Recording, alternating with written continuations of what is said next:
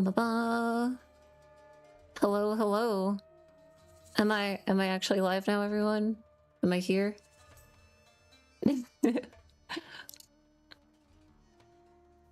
I may or may not have forgotten to press the go live button. It's just streaming to no one. Everyone, welcome to ModCon 2024.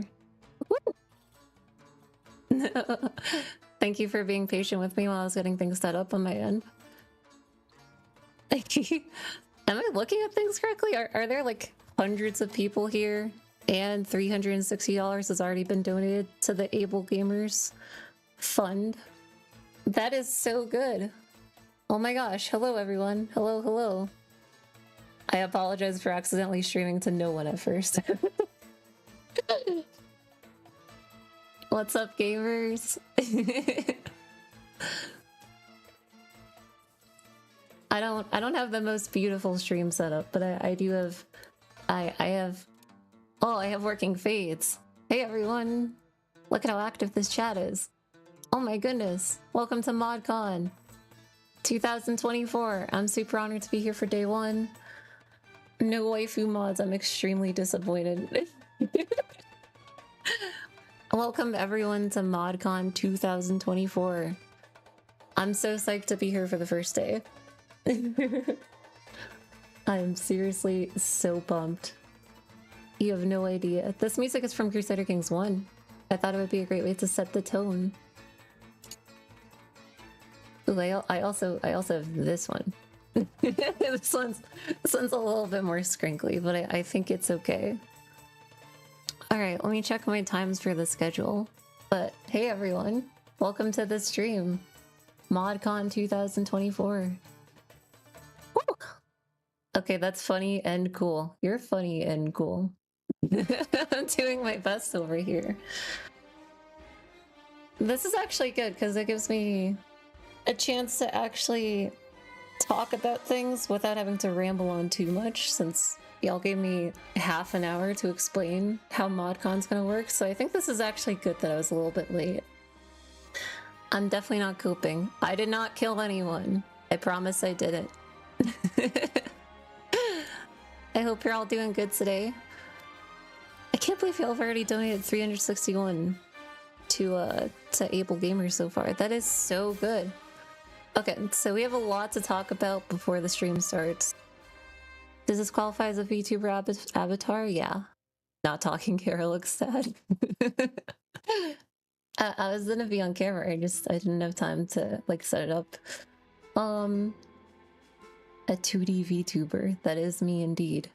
Hello everyone! Hello hundreds of people here. I'm excited as you are for the mods.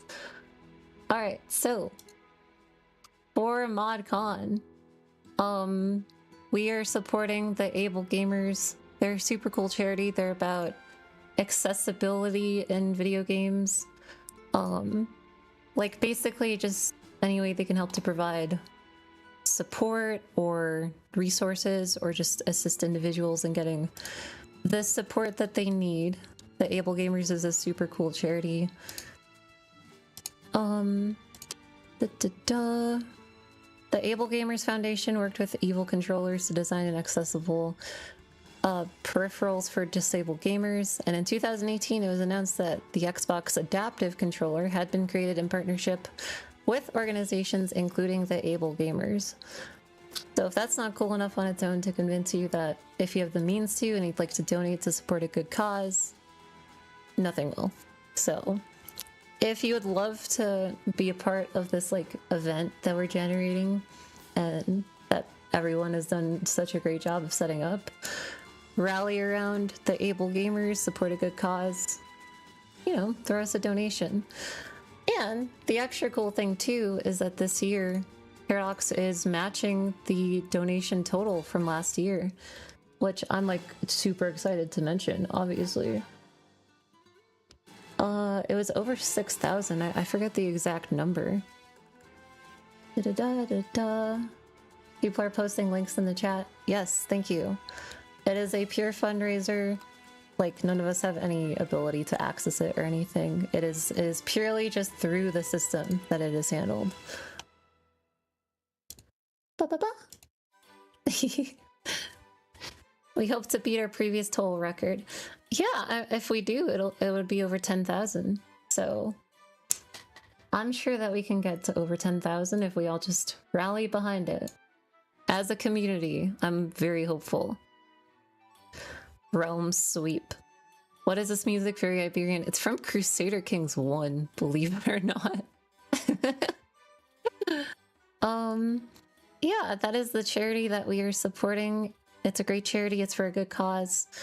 Our first showcase from Megami is actually all about accessibility for Crusader Kings 3 too, for a mod that he's been working on as well, that actually lets blind players play Crusader Kings 3, which is super cool. Yeah. So it all ties in together pretty well. Got accessibility all over is the theme for this convention. Let me put up a schedule on stream. You can tell how overly prepared I am with everything. Da da da da.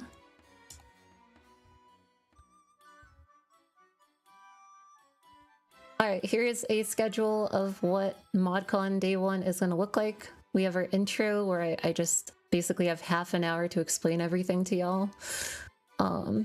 Doing the best I can. Talked about the charity. I played Imperator Rome Invictus with a friend a week ago. The battle system kind of drove us nuts, so I found a Rome mod for CK2. Isn't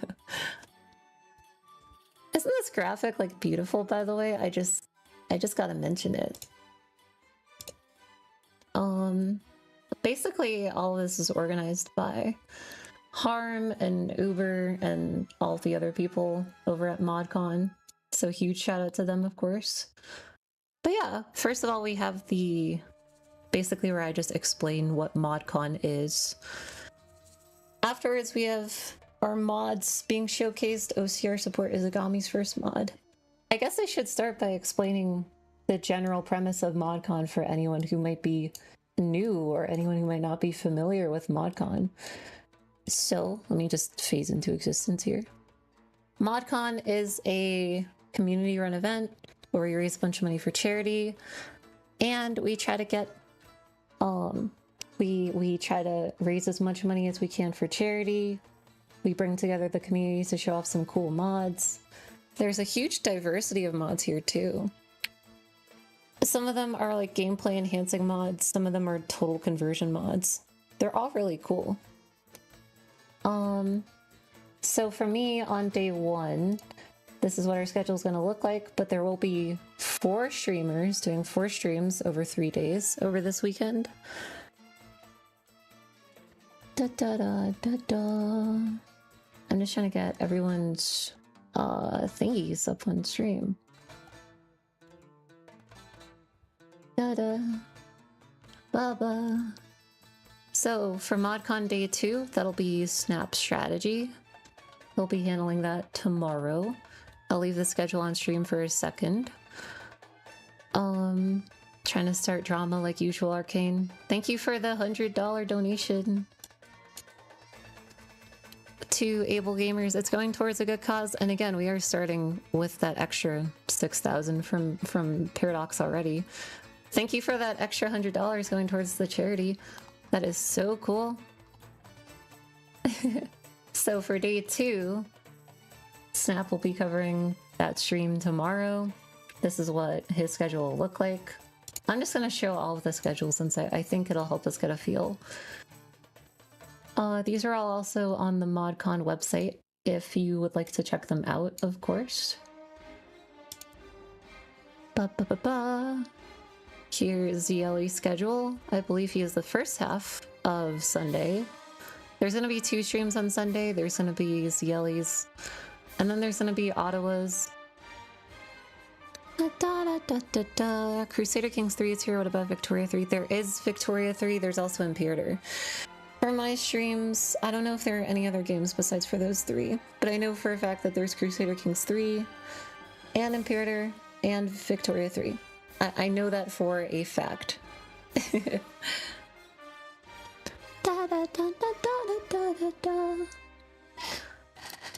And then let me just go ahead and get up the final schedule for the 4th stream from Ottawa.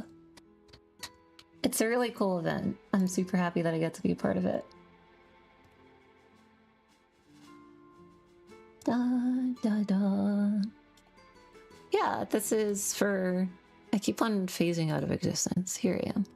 This is for the 4th live stream for Ottawa's, the second half of day 3. I guess there were just like too many interviews, too many mods. How dare you all for submitting too many mods for us to showcase and talk about and stuff. So we had to split day 3 into 2 parts. It's a little bit awkward, but I think it works. Any reason EU4 and HOI4 are out? I don't know. I didn't organize it myself, but that is a solid question. Those 3 games share the same library for modding. Ah, that makes sense. We cannot count to 4. So yeah, those are all of the different events. I'll just go back to ours for today. So yeah, ModCon, we show off a bunch of mods, raise money for charity. Some of them are showcases, interviews.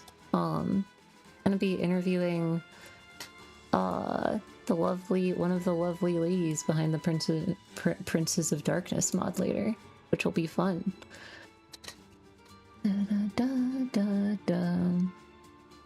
Alright, and so now I'm being told very politely by Harm that it's time to talk about the blind modding segment and the polling.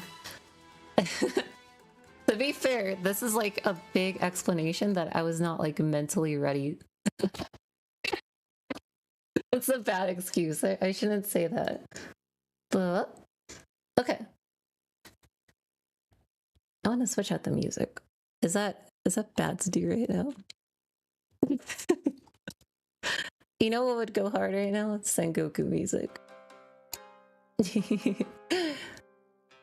So there are a couple of extra things, a couple of extra additions that we need to talk about for ModCon. One of them is the blind modding event, sub-event, edition. I don't know how to say it. Essentially the idea is that during this ModCon, we'll have a couple of different modding events going on. One of them being the blind modding event, challenge, game. Thank you, Alan, for donating to charity. The video games are here. Hello, Crusader Kings 3. Very nice to see you. Can I add Crusader Kings 3 as a moderator? That's so funny. Alright, but yeah. Sorry, I'm just looking over my notes. But yeah, the edition is called Blind Modding. The idea is that we'll start with a poll asking the community for inputs and ideas and suggestions of a topic or themes, ideas to develop a mod on. If one of the moderators could post that link in the chat, it would be super appreciated. Actually, I will post it. Boop. That is a big scary link, but yeah. The idea is that we'll start with a poll asking the community for inputs and suggestions of topics or ideas to develop a mod on. I think something that's not overly complicated, but something that's like challenging and intriguing. So the idea that they have as a default one is a mod that adds elves to the game, or whatever other ideas you might have. First, we'll collect all the ideas that you might have for us. Then tomorrow, Snap will have another poll that'll basically, you will vote amongst the ideas that you submit to see which one that you like the most. And then those will all be passed off to a team of 5 modders. I shouldn't say a team because they're like a scattered group. They literally won't be allowed to talk to each other. That's what makes it blind. Those modders will then, after a topic is picked, only have 2 hours each to work on a mod. It's like the first mod will get the topic, work on it for 2 hours, and then they'll pass it off to the next modder without giving them any extra info or any extra help. So it'll kind of just be like a scramble to get as much info out or as much modding work done as possible in those 2 hours, and then passing it off, and then the next person has this like weird start of a mod that they like need to add on to, which will be extra fun. It's gonna be a very unpolished mod at the end, but basically Zieli will end up, is it Zieli? I believe it's Zieli who will end up playing it at the end. Yeah, the mod will finally be showcased and premiered on Sunday when Zieli gets to play it. Yeah, I think it's a really fun idea. Just to add a bit more extra depth. Da da da. Why did it just fade to nothing? Okay, there you go. I think it'll be fun just to add a bit more extra depth. And that'll also happen alongside the Mod Jam, which is another modding sub event, whatever. I still don't know how you would call it technically. Which is another modding sub event, where basically people already have a topic of music, and then they'll have the whole weekend to put together a mod, which will be played by Ottawa at the end of ModCon. Ooh, $50 donation. Thank you so much for donating to Able Gamers. That is so cool of you guys. Oh my gosh. You guys are actually killing it right now. I'm so proud of us already having 631 raised towards our $2,000 goal that YouTube has set for us. And again, that's on top of the 6,000 that Paradox has already agreed to match from last time, which is sweet. Thank you so much.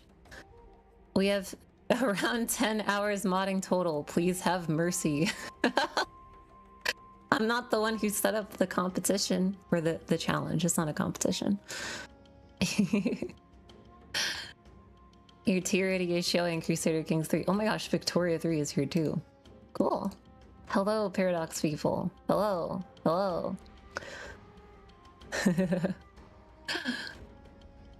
Is this a good time / place to ask how to get involved with mod programming? Okay, so the cool thing is that we will have some showcases that actually get into, like, especially for, which one is it? It's the Elf Destiny one, I believe, that talks about the actual process behind what developing that mod is like. So there's definitely some resources that'll help. ModCon is a magical time of the year when the Paradox community comes together to offset the negative karma we build up during gameplay for the rest of the year. Well, I know EU4, I don't control the submissions. I'm just the dorky, kind of charismatic host. Charismatic. But yeah, that's the blind modding event covered. We have sent the poll link in the chat and everything, right? There is one more thing to cover. I can't get into it with too much depth here because I'm already supposed to be showcasing Agami's showcase. I'm like 5 minutes later, so. But Paradox also gave us some Crusader Kings 3 keys to give out. So if the mods would like to share the link in the chat so that you can submit your Discord name, we'll actually... Ooh, 75 for Able Gamers. Good job, you guys. I'm so proud of you. If the mods would like to send the link in the chat to the giveaway for some Crusader Kings 3 keys that Paradox gave us. Thank you, Flinty Leader, too. Wow, you guys are killing it. Don't the young people of today call it Riz? Yes, indeed. There is a giveaway. You basically just put in your Discord name just to make sure that there aren't duplicates being passed out or whatever. We'll talk about that more later, but yeah, we'll just give away the keys like that. Just send them for the form, for the poll. Send over your Discord name, and then you might win a free key of Crusader Kings 3 that Paradox so graciously gave us. Harm, Uber in the chat, is there anything else to cover that I might have missed? I feel like this is my first year. I'm like very under-prepared, even though I did spend all of yesterday preparing too. The Crusader Kings 3 Incestuous. What is happening is ModCon. We show off a bunch of mods, raise money for charity. People have submitted different videos. I'll be on here with an interview later. And yeah, I'm just kind of bridging everything together. Have I missed anything? Doing great? Oh, thank goodness. Oh no. I hope that's not directed towards me. Okay. And now I think I can pause my music so that we can let Agami's video play, who created a blind CK3 accessibility mod, which is super cool. So without further ado... Hi, I'm Agami. You know me from Fullscreen Barbershop and other UI mods. And I have blind friends with hundreds of hours in Crusader Kings 3. Let me show you a little clip. Event, rumors about Hildegard. Quote, those foul rumors about your mother, my mother Hildegard. I have traced them to the foul rumor about your mother, my mother. What? Quote, foul rumors. Those foul rumors about your mother, my mother Hildegard. It's the Spymaster situation. Oh, I fucking love this game. Unpause for 29 more seconds. So you're probably wondering, how on earth does this work? What I did is, I've converted all of the UI into text. Character window, all in text. Counter view, in text. Every window, every panel in the game. All in all, about 200 files. So what that lets us do is use a screen reader. It takes a screenshot and recognizes any text in it with OCR. You know, what they use to digitize books. Recognizing. 1 alerts. Shift a court event available. We can use arrow keys to move between lines and words, and it will read them out loud. At war. Basileus Constantinos X. Ducas. 61 years. Fine health. Click to interact. When you press a key, it moves the cursor to that word and clicks it. Left click. Then you scan the screen again and repeat the process. Recognizing. Interact with yourself. Pin to outliner. Hotkey O. And if you know what you're looking for, you could scroll pretty fast. Fill 1. 2. Destroy artifact. Educate child. People experienced with screen readers can listen to them at very high speeds. And I've added a lot of hotkeys everywhere that speed it up. For example, let's say I want to select the family focus. Watch how long it will take me. And I'm done. I press Ctrl F, 1, 3, Enter. This is something I've realized I really want in the game myself. Use numbers to switch tabs, select event options, armies, any frequent actions we take. That would be so nice. More hotkeys would benefit all players. In other places, I provide more summaries to reduce how much busy work you have to do. And the game expects you to do a lot. For example, is 30 dread a lot? By itself, it doesn't mean anything. You'd need to scroll through all your vassals and look for this tiny icon that's hard to see. So for blind players, I added this. There's intimidated vassals and how many troops they have, and terrified and their troop numbers. Really nice, right? There's a lot that goes into accessibility, and that can improve the game for both blind and sighted players. So you get the idea how windows work. But this is a map game. What about the map? When I first started on this is what blind players did. They could use search to go to a place and then set the cursor on the screen, move with WASD, and read the tooltip when it updated. But counties have weird shapes, flags and armies would get in the way. It was not a pleasant process, as you can imagine. And they still managed to play somehow, with barely a third of the game visible to a screen reader as text. I was honestly impressed. So I thought, okay, what if I was a blind ruler in the Middle Ages? How would I make sense of the world? Well, I would ask my advisor, who's around us? Who are my neighbors? How strong are they? And that's what I do. I create a list of neighbors in script and display it for each character. It shows directions and strength. You can select them and open their neighbors, and hop around the map from one character to another, and get the idea of where everyone is. Same thing for counties. I can select my capital with another hotkey, And here show more counties in 3 rings. First your immediate neighbors, then their neighbors and theirs, so you can sort of see further out. And then we can also go to the Dutch view and open its neighbors. Then high up to kingdom and empire titles and their neighbors. So you can sort of zoom out, get a bigger overview of the map. And what surprised me, this turned out to be a really good way to explore fantasy maps. I've made compatches for the Game of Thrones and Lord of the Rings mods, and players were very happy to finally get to walk around them, so to speak. I had never even thought about it. We are so used to seeing these maps, they are ingrained in our brains. But if you can't see them, it's much harder to get the sense of where things are in the story. This mod helps with that. I did also learn there are tactile maps of the real world that you can touch with your hands and read labels in Braille. Someone has made a map of Westeros and Essos, but as you can see it's pretty simple. And you'd need a special Braille display or printer for it, which not everyone has. So my mod, and the wonderful Game of Thrones, turned out to be a good alternative. So alright, we can navigate the map. How do we deal with wars? This mod itself took me about 1.5 years to do, and this army window alone took a month. But it is awesome. It's a Swiss Army knife of windows. Here's what you get. A list of hostile and allied armies and where they are. A list of forts you can siege. And if you're raiding, a list of raid targets. You can also get a list of places to resupply from, instead of, checking the tooltip for every province manually. Again, the busy work I mentioned before. And on the main screen you get a summary. Here's the closest enemy, the closest fort, how many allies around you, and so on. If you click on the enemy, it moves the camera and prompts you to move the cursor to the center of the screen. Then you right click, send the order, and the army marches on. You unpause and hear the ticking sound of days passing. This sound is a monthly tick, and this drum means the army moved. You check on its progress and wait for the battle.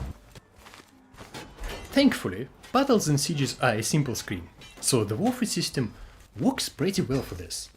And actually, not needing ships is a nice bonus. There is one thing that could be better.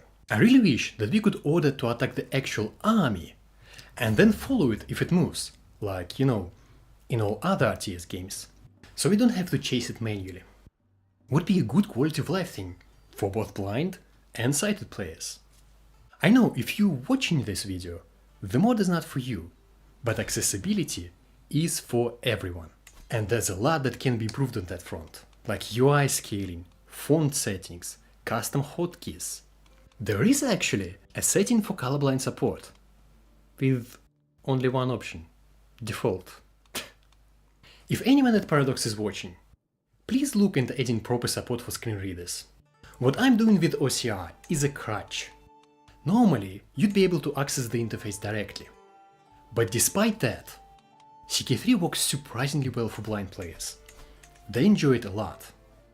And some are better than me at this point. You've seen I can toggle between visual and text mode, so we can actually play in multiplayer with sighted players using this mode. Honestly, I wouldn't have thought this was possible until I tried, and support and feedback from the blind players was crucial. Now, there is no strategy game that's as accessible and intricate as CK3. And other newer Paradox games could be accessible too. The interface is so moddable, well, we can even get rid of it. There are more and more mainstream games nowadays that have blind support, thanks to modders. Slay the Spire and Hearthstone, Stardew Valley and Factorio. We modders can do a lot with a little. Give us the tools and we will move mountains. So to developers, please give us more tools. And to everyone else, look for the mountains around you. Who knows, maybe you can topple them.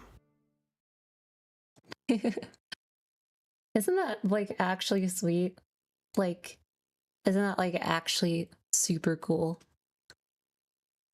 Agami, you did it again. Accessibility is for everyone. Ooh.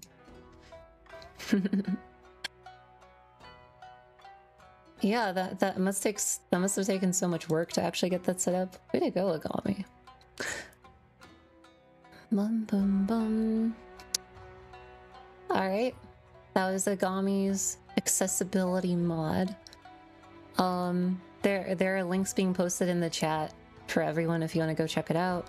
I can't wait until someone actually tries it with a visually impaired person that they know, just to really get a feel for how insane they think the game is. That'll be a lot of fun. Next up, we have a new Dark Age, which is a horror mod for Victoria 3, surprisingly enough. Hang on, I feel like I should have this schedule up again, just so that we get a feel for things. Yeah, ModCon 3. The other thing we're gonna show off is new Dark Age. Showcase for a Victoria 3 mod. Gonna be pretty sweet. I'm honestly excited for y'all to see the trailer for this one, because like it's a slow burn horror mod based on the works of period authors like Edgar Allan Poe and Lovecraft, which is super cool. And the fact that they're doing it in Victoria 3 is fascinating to me. Make sure before we play that trailer that y'all are aware that you can donate to the Able Gamers Fund. Again, we're all about accessibility here.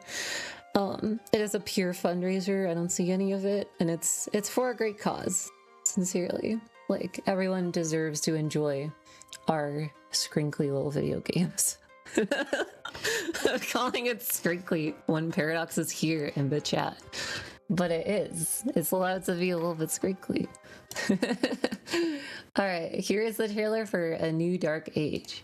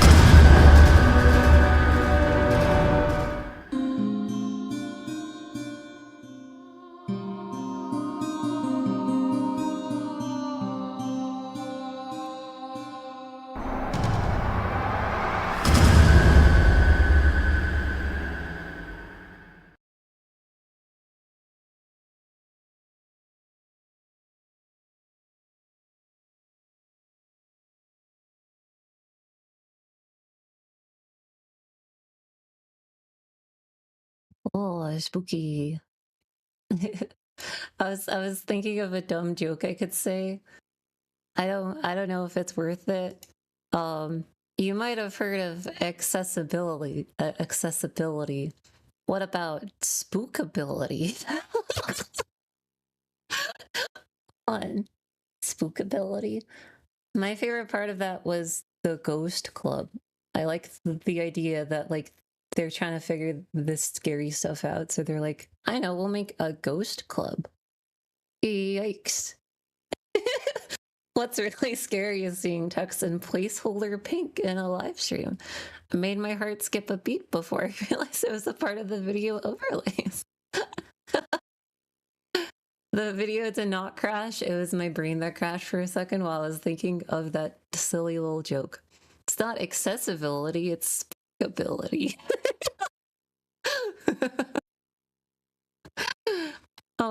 That mod's really cool.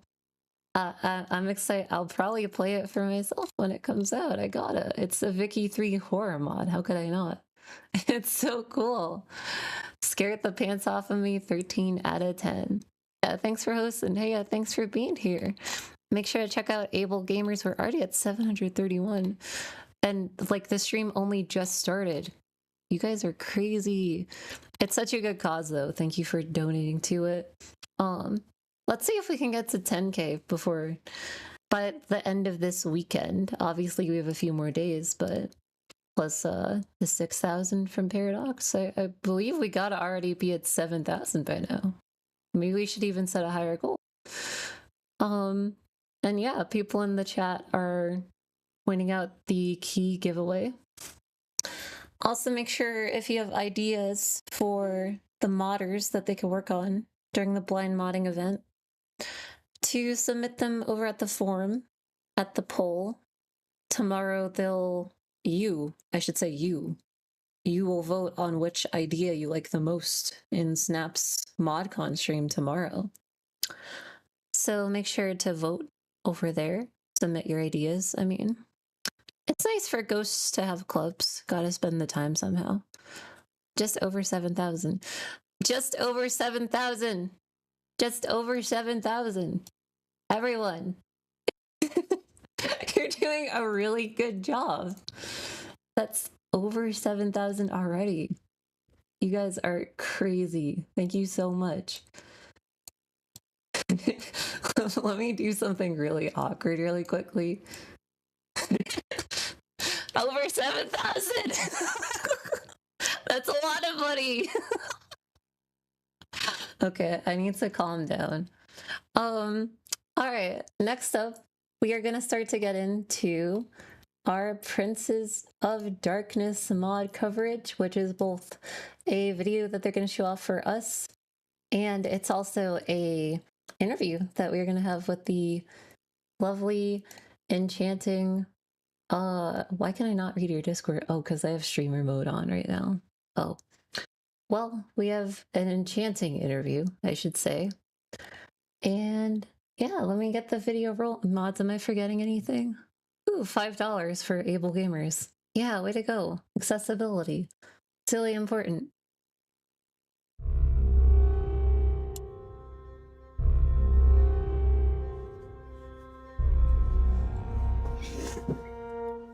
Every story needs a hero, and the Fae certainly have them in abundance. There are so many great stories to tell. After all, there's the legendary Wayland the Smith, the greatest blacksmith of our age. There is the heart-wrenching dealings of Anna with her ex-husband and their horrifying children. I could have even potentially spoken to the legendary Santa Claus, or the enigmatic Morgan Le Fay, but instead, I get stuck with this idiot. Hey babe, no need to get feisty. Is it because I have no shirt on? I'm gonna put a shirt on and then we can talk some more about me.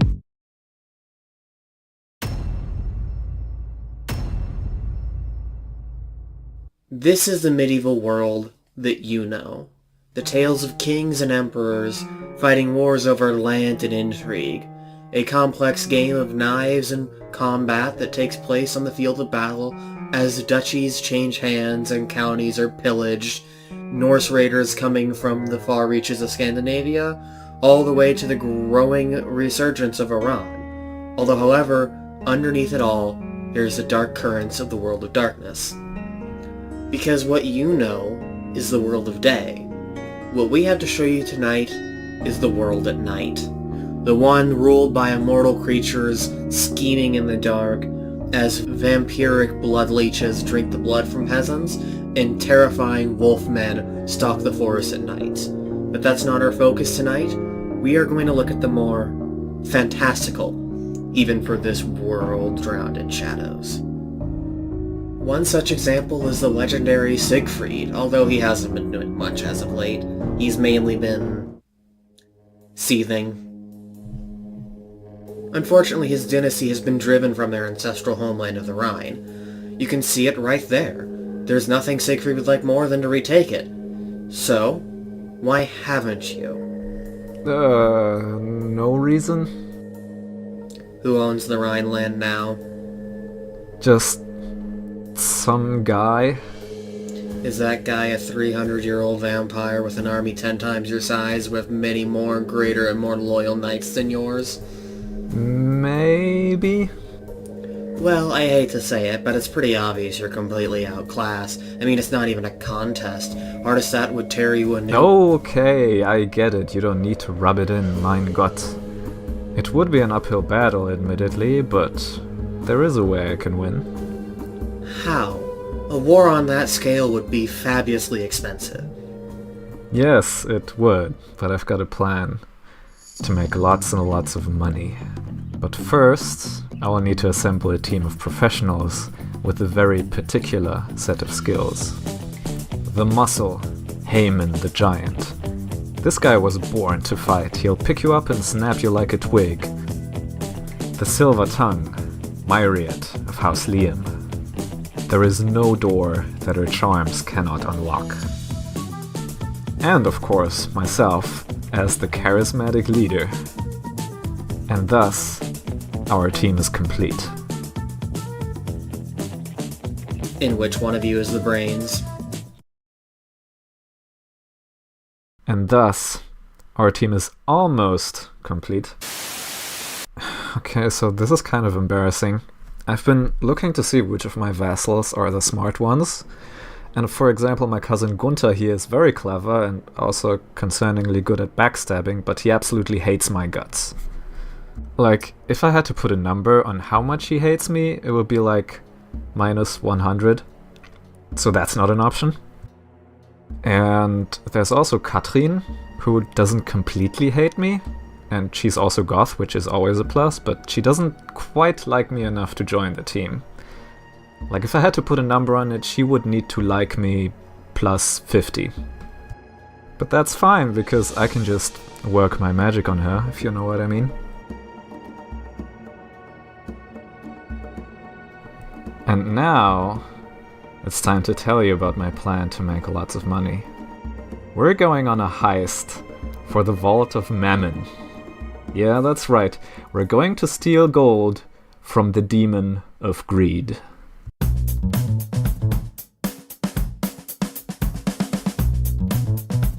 Greed, as it turns out, lives right next door. In Italy. As of right now, time is of the essence. No time to scout the place out. Get in, get the money, get out. Simple as that. They prepare for the heist.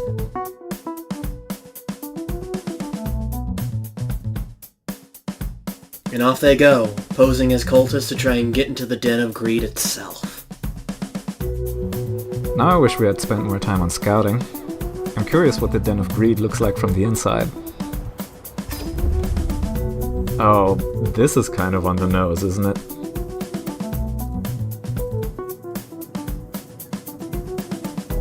Luckily for them, new cultists appear all the time, so they haven't drawn any attention. Yet. Unfortunately, the more time they spend in there snooping around places they shouldn't, things will start looking a little bit more suspicious, and Mammon will start catching on to them. Skill checks are done by those who are best at them. For example, Katrin will do the talking, Myriad will do the traps, Haymon will handle the extreme violence, as people will do things they are best suited to handle in these situations. And I am helping too. No, you're not. Well, never mind that. We just found the key to the vault. Which is not as good as finding the vault itself, but we're working on it.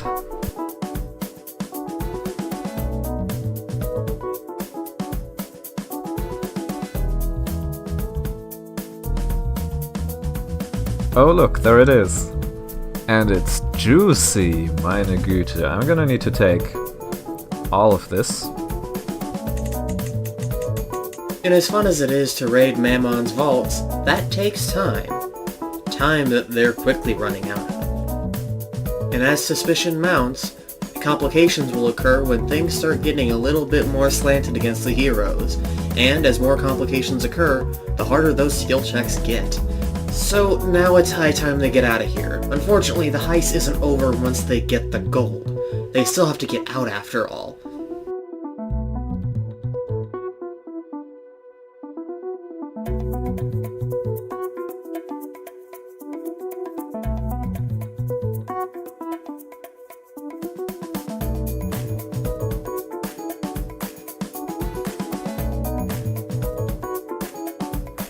Oh hell yeah! Look at these numbers. Just look at them.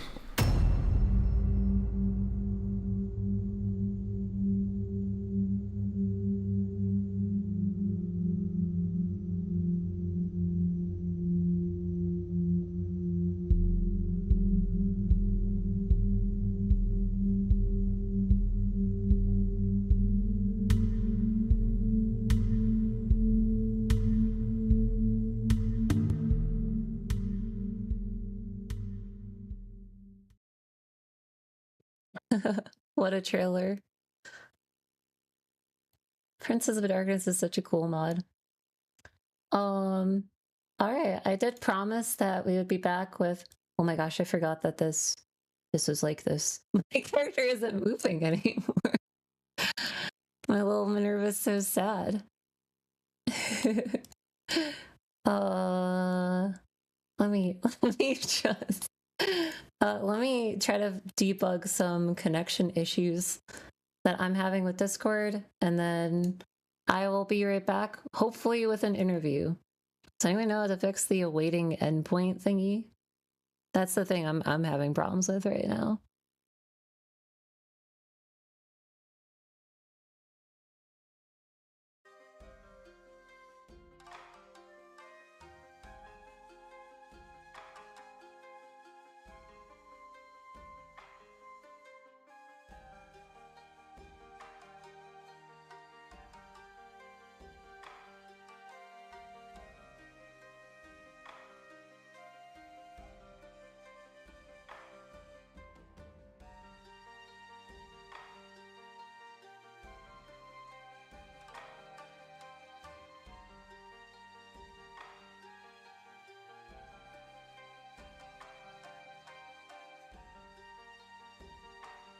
Oh, is it literally just that Discord's having issues right now? Oh. See, I was over here thinking that I was messing something up. Well then. Isn't that cool?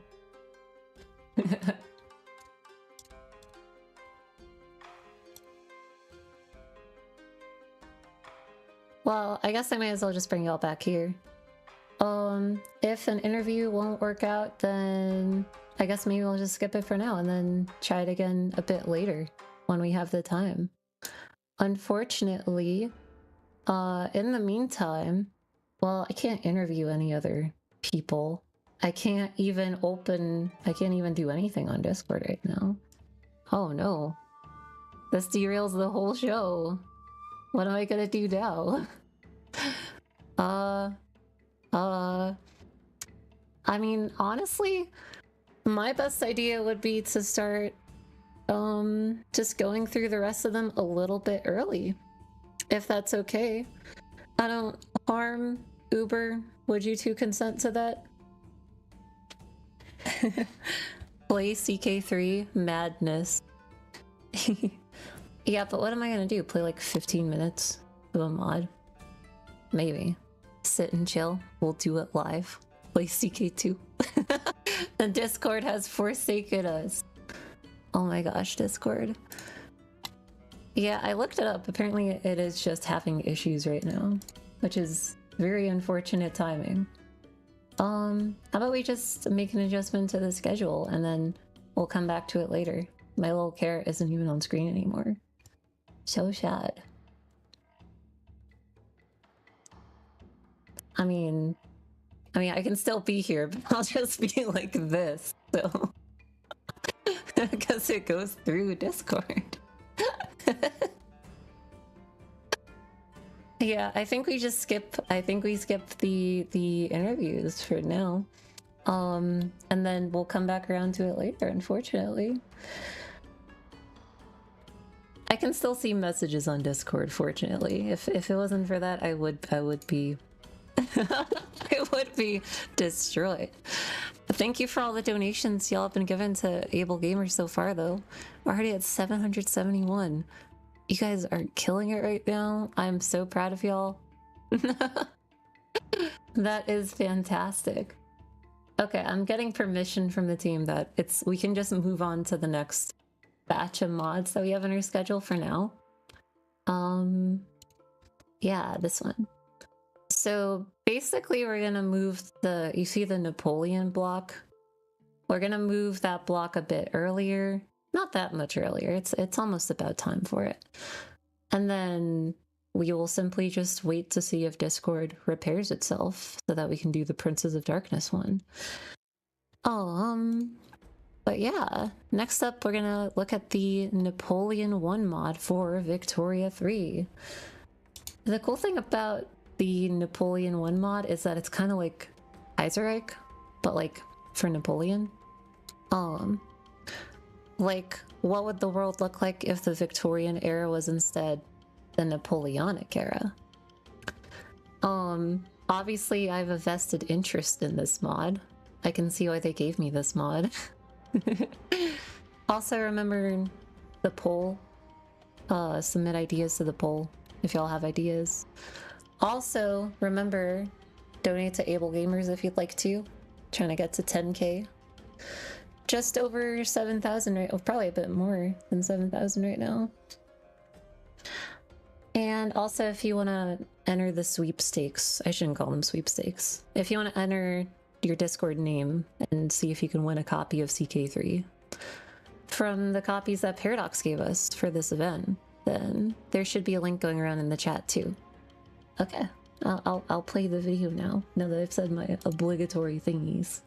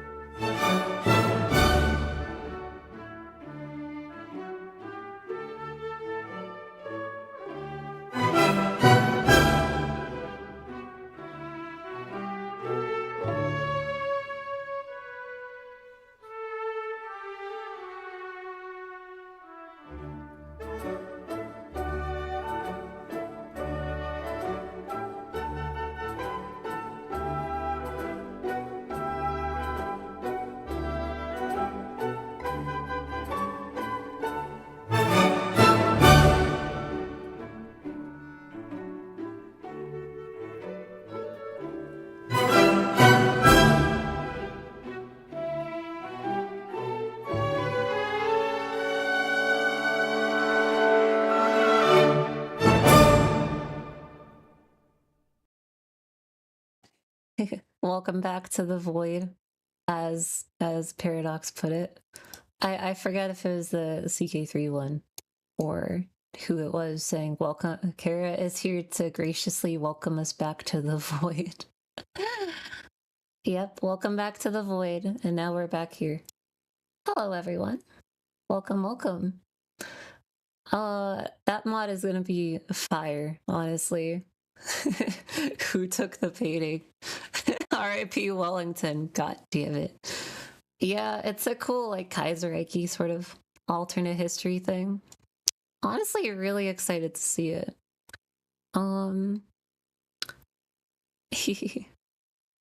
Still waiting for the Discord thing to unfortunately fix itself.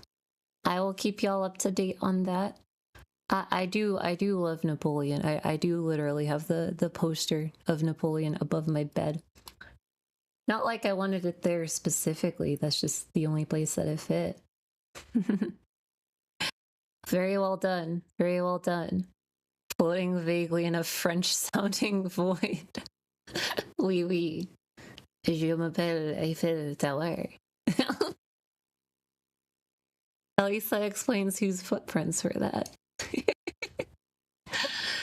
Y'all have been doing great so far. That was a good video. That was an awesome trailer. And it's such an intriguing idea, obviously, for me. It's such an intriguing idea, too. Like, who wouldn't want to see what would happen if, you know, it was the Napoleon era instead of the Victorian era? Yeah, my girlfriend has a massive world poster above her bed, too. Y'all are doing great so far with the charity, too. Thank you all so much for how much you've donated. I think I saw another donation. It's like the chat's moving so fast, I'm having trouble keeping up with all of them. But thank you, thank you, thank you so much. So cool. We know you simp for Bonaparte. No, I'm not a simp. I don't simp for Bonaparte. I'll just awkwardly flip between my two screens. So that's really cool. Discord is still being very annoying. HeyCara, don't fangirl over Napoleon. Okay, he's just a good strategist. That's the only reason, really. Very exciting to see Victoria 3 getting more major mods. Feels like the game is finally in the place for it. Yeah, I'm excited to see how many submissions there were for Victoria 3 too. Even the ModCon organizers were telling me that, like, hey, we're getting a surprisingly large amount of Victoria 3 submissions, which is really cool. I do like Victoria 3. I gotta play it more. There is nothing we can do. Da da da da da da da da da da da da. I love that meme. All right. While we are waiting for Discord to hopefully figure out its stuff, next up we're gonna cover the Codex mods. The Codex mods are pretty cool because it's a bit more, well, I shouldn't say technical, but it's like more behind the scenes of mods. Codex Mods is an association of German developers who translate the most popular Crusader Kings 3 community mods into German. Among others, we translate A Game of Thrones, The Fallen Eagle, and the expanded mod series. So yeah, they're gonna give us a presentation on translating mods into German. And then hopefully after that we'll be able to fix Discord. Is Discord fixed? Oh, Discord might be fixed. Okay, let's do the thing first though.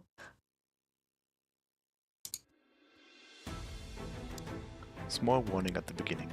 As you may have already heard or are about to hear, I'm not a good speaker of the English language, but I hope I have made this video understandable and I have activated subtitles in case I mumble too much. Have fun! A warm welcome to you. I'm Niklas, one of the developers of Codex Mods. What exactly is Codex Mods? Codex Mods is a small team of passionate Crusader Kings 3 players who would like to join the modding community. We have made it our mission to translate English language Crusader Kings 3 mods into German.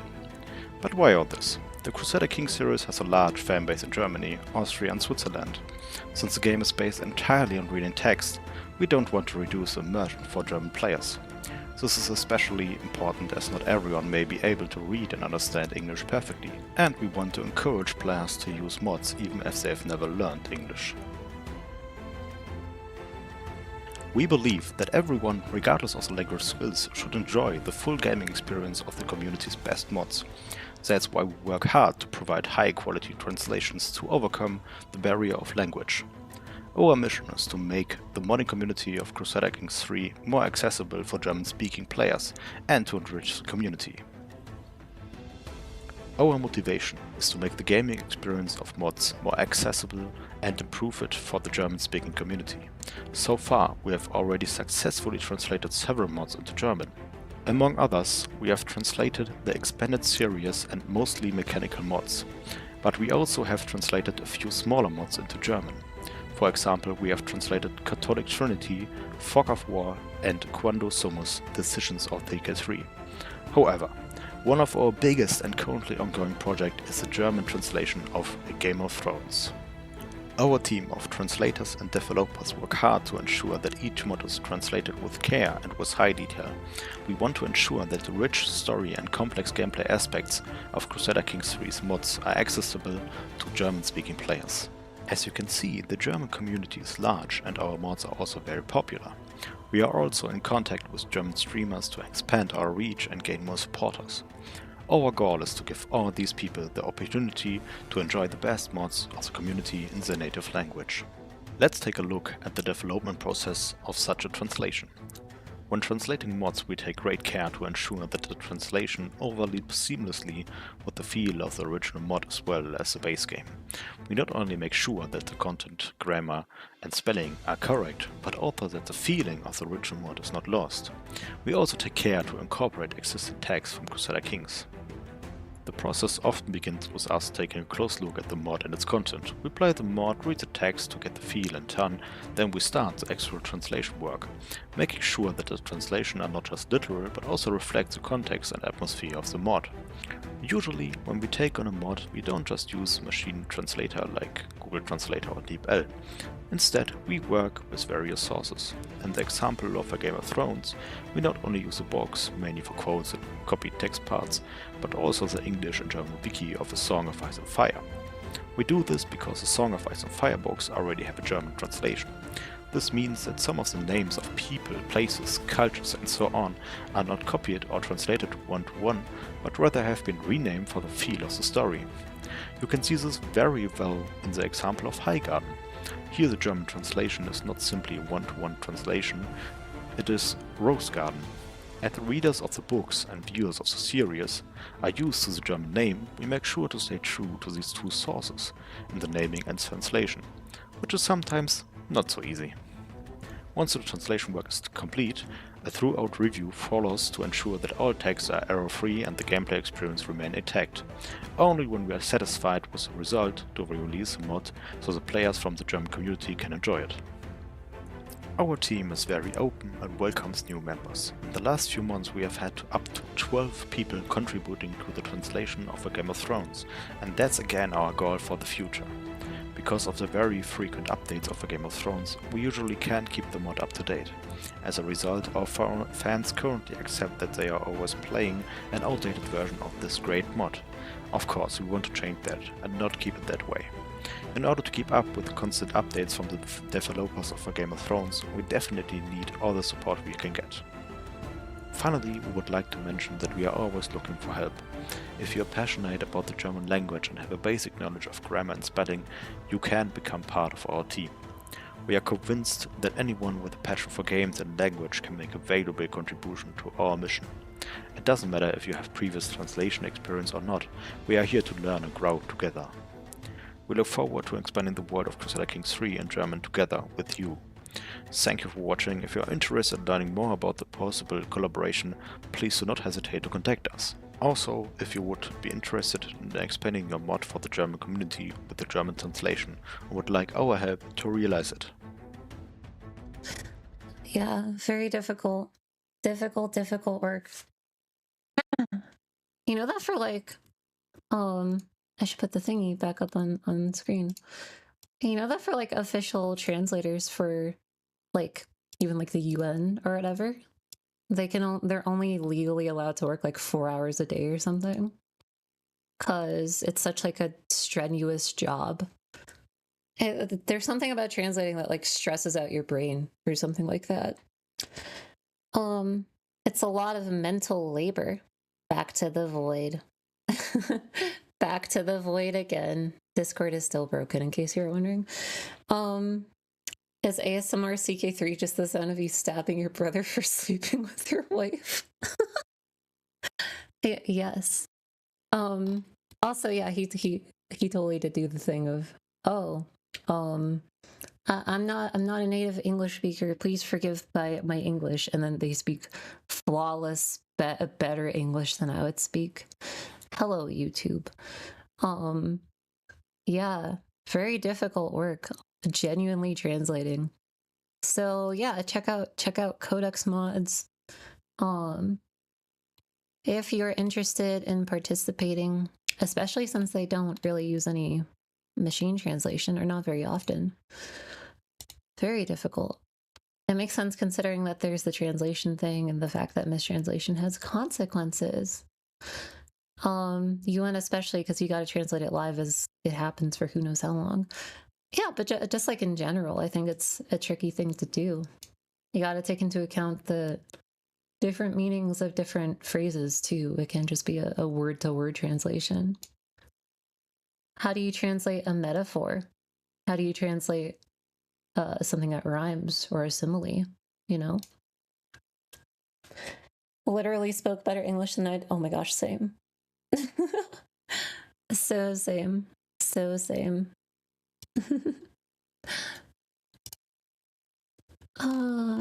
Thank you all so much for donating to Able Gamers too. I know that they're really gonna appreciate it. Still trying to see if we can get Discord working, but unfortunately not.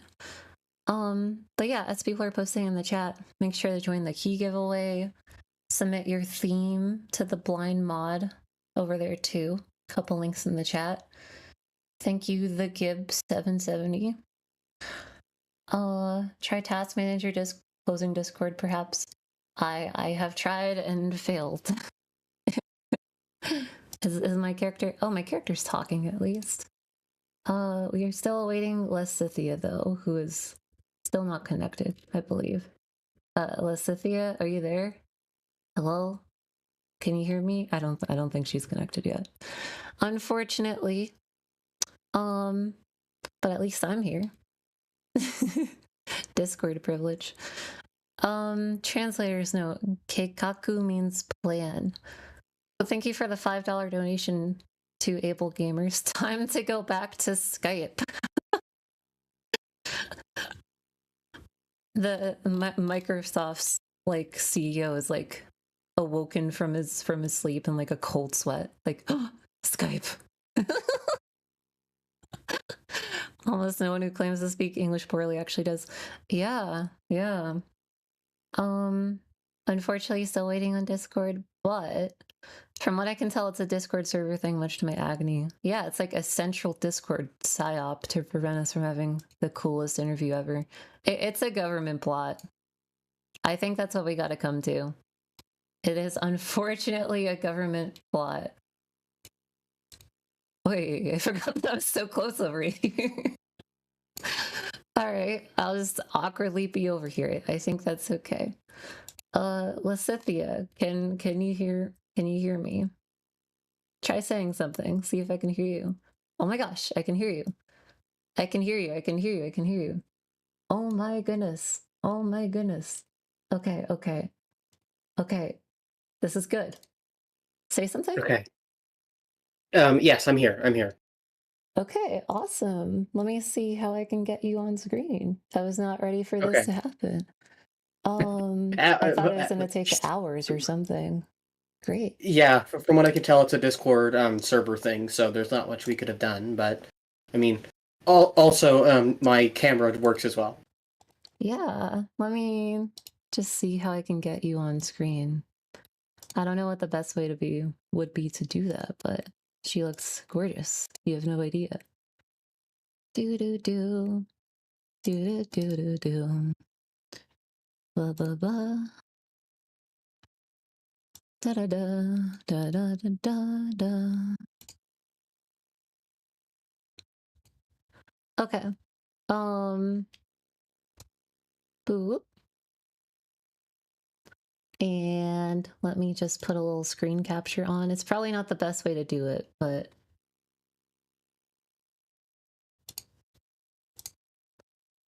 I wanted to make sure I at least properly look the part for a Toreador.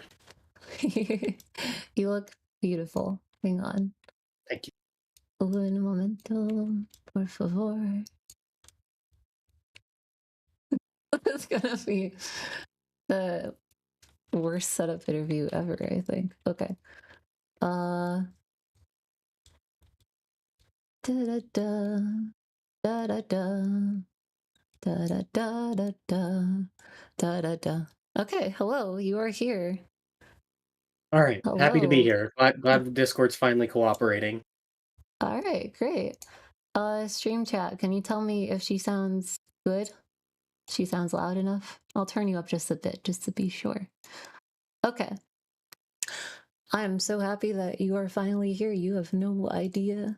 I was worried that we weren't going to get to do this today at all. Me too. Me and my mom spent so much time preparing everything to properly look the part, so I'm I love your outfit. Oh gosh, just thank you. Yeah. Yeah, it was just a brief hiccup. Yeah. I remember talking to you about like how you're getting your outfit together and how you got weren't you gonna wear a hat or something? Maybe I'm misremembering. I was, but it kind of clashed with everything, so I decided to go against it, so. Oh, okay. Well, you still look cute. Very pretty. Thank you. Yeah. Alright, so I'm supposed to have interview questions here. Let me just start with the ballpark sort of topics you want us to talk about. First of all, what are the things that you've done since the last... Actually, I should just let you introduce yourself first. What's your name? What sort of role would you give yourself? Anything you'd like to say about yourself? I commonly go by Lysithia on Princes of Darkness, or just Scythia, or in general, but and otherwise I have, within Princes of Darkness, I'm the lead portrait editor, but also I have recently taken up the main duty of properly introducing a lesser-known part of insect races in the Anonymity, which are the were-spiders, so I'm currently working on bringing those into Princes of Darkness with the help of Dee, who did our heist systems, and properly integrating it into Princes of Darkness itself. Otherwise, I'm our lead portrait editor, so I'm the one in charge of making all the pretty canonical faces across the Princes of Darkness. I want to say I've made over 300 portraits, and I come from a starting background of this is really my first time ever experiencing with coding, so I'm largely been taught directly by Spark himself and many other world Princes of Darkness. Oh, Discord. Well, that's great. Yeah, I just got a few little hiccups, but I think we got most of it through. Yeah, unfortunate. Anyways, we are talking about Princes of Darkness. I kind of missed the very last part of what you said. What did you say you were working on? I'm working on the insect races right now, which includes the were-spiders, the insect races themselves, and the oceanic Saedites, which are crustacean shifters. Ooh, spooky. Well, that's all really cool. I mean, I love the Princes of Darkness mod. What have you been working on? Like, what are you the most proud of since the last ModCon, would you say? Since the last ModCon, I have to say it's probably been the amount of portraits I've gotten out. I want to say that I've, since the last ModCon, I want to say we've close to almost doubled the amount of portraits we've had, but since then, there's a brief period where I ultimately stepped away from Princes of Darkness a little bit, mainly so I could recenter myself, because I've also been entering TTRPG development for the World of Darkness as well through the third-party Weaponized Inc. team, But cool. since then, I have been focusing on helping with collaborative content between the Princes of Darkness and other third-party tabletop developers for the World of Darkness. So that way we can better connect the community that the World of Darkness has and connect them through to CK3. Because right now, really, Princes of Darkness is the best game that someone can play for the World of Darkness that isn't Vampire the Masquerade Bloodlines, or the one really good, but unfortunately it's a VR game, Wraith the Afterlife. So it's connecting those two. Right now it's mainly with my own work with the Savage Age team, who's made the excellent prehistoric werewolf supplement, but otherwise in connecting these aspects of the same franchise and connecting the fandom as much as I can. Yeah, that's really cool. You're kind of, people in the chat are saying were crabs, crustaceans, all excitedly. Yep. Were crabs, were lobsters, and were crayfish. Sounds very Dwarf Fortress with your Yes, and if they want to play it later on the tabletop, that is something I am working on as well to go alongside Princes of Darkness. That is so cool. I love a good tabletop RPG. I have a were-crab energy, to be honest. That's my girlfriend saying that. I agree. Crab people. People are very excited about the crab people. I am also excited about the crustacean-y persons. Yes. Yeah, but here we had just started on it crayfish. Right around yes, don't underestimate their ability to hide in those burrows. That is so great. Yeah, I love that you're focused on putting everything together for the community too. Like you said, the Masquerade. Who knows when that game's even going to come out, the new one. But yeah, that's really cool. I'm happy that your team's giving such a big focus on bringing together all sorts of different parts of the community like that. I also wanted to ask you how you got into modding personally, since you told me that you don't really have any background in video game development. Initially when I had started with modding, it was originally just I was on the Steam Workshop page and I saw Princes of Darkness as one of the most subscribed ones, and then growing up I always had really liked werewolf fiction anyways, so I thought, yeah, I might as well try it. And granted, I started playing before we added werewolves, but then as I began playing it, I actually ended up playing a tabletop game in World of Darkness as well, so it was a case of I began connecting across those lines. And then what started my entry into modding was just one character. Her name was Drennis. She didn't have a portrait, but I really wanted her to have a portrait. So then I submitted that, and then I realized, this isn't actually all that difficult. And even though I'm from the American Great Plains, I live basically on the edge of a city in the middle of nowhere.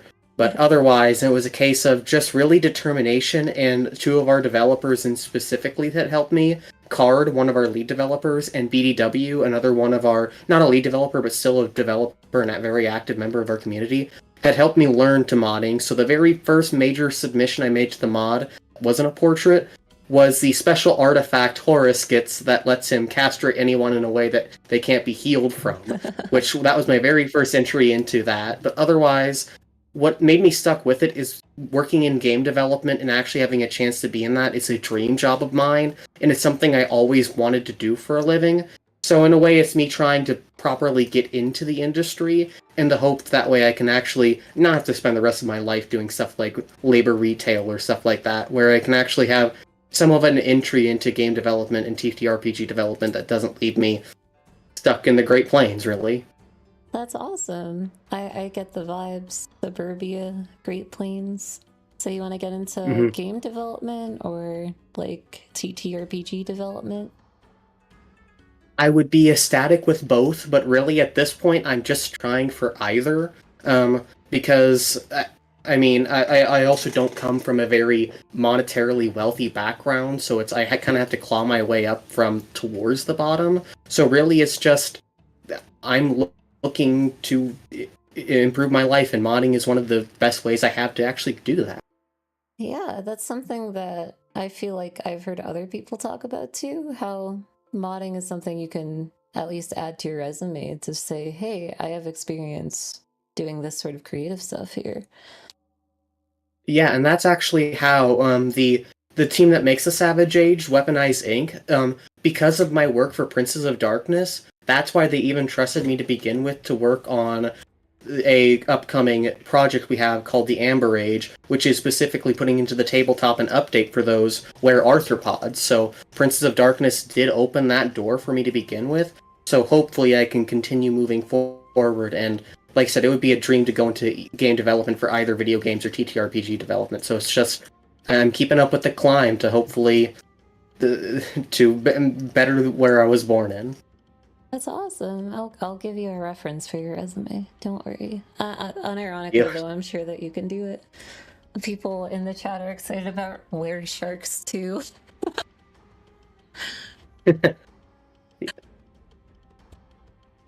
Werewolves. But yeah, really do otherwise bring out the best in it's a matter people. of Oh, sorry. I should let you continue. Yeah. Go ahead.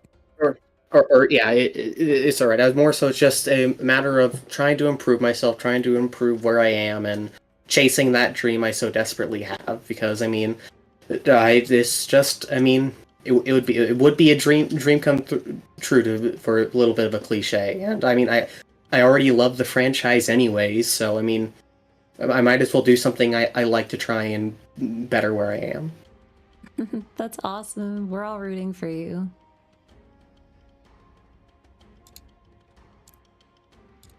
Da, da, da, da. Yeah, and now I guess the last thing I should ask, sorry that this whole thing was so riddled with technical issues. I'm still trying to get sorted out from We got it. here in the end, thankfully. Yeah, fortunately. Oh my gosh, people in the chat are calling you I told you were gonna enchant the chat. So happy with that. Because is like there- comparing where I was last ModCon, I've come a long way, so I'm really happy with how far I've come. Oh my gosh, yeah, you shared a picture. It was like dark magic transformation, but like in a good way, of course. So proud of you. Vicissitude has its perks. I guess the other thing I should ask is if there's anything upcoming or anything that you want to like tease or share that might be exciting to hear about Princes of Darkness for the future. Any sort of bigger plans? Oh, absolutely. At least coming up right now, we have, of course, the insect and arthropod races that I talked about, but also we are currently making significant headway on the werecats right now, called the Bastet.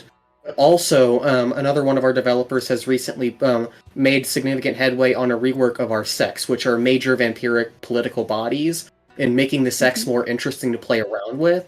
So it is mainly the arthropod races, other were creatures, and a sect rework that's incoming. I can't say specifically when they'll be done, although they are something we're working on right now. And ideally, they should be done before the next mod. And then after that, of course, the thing that a lot of people are waiting for is down the line, mages will become.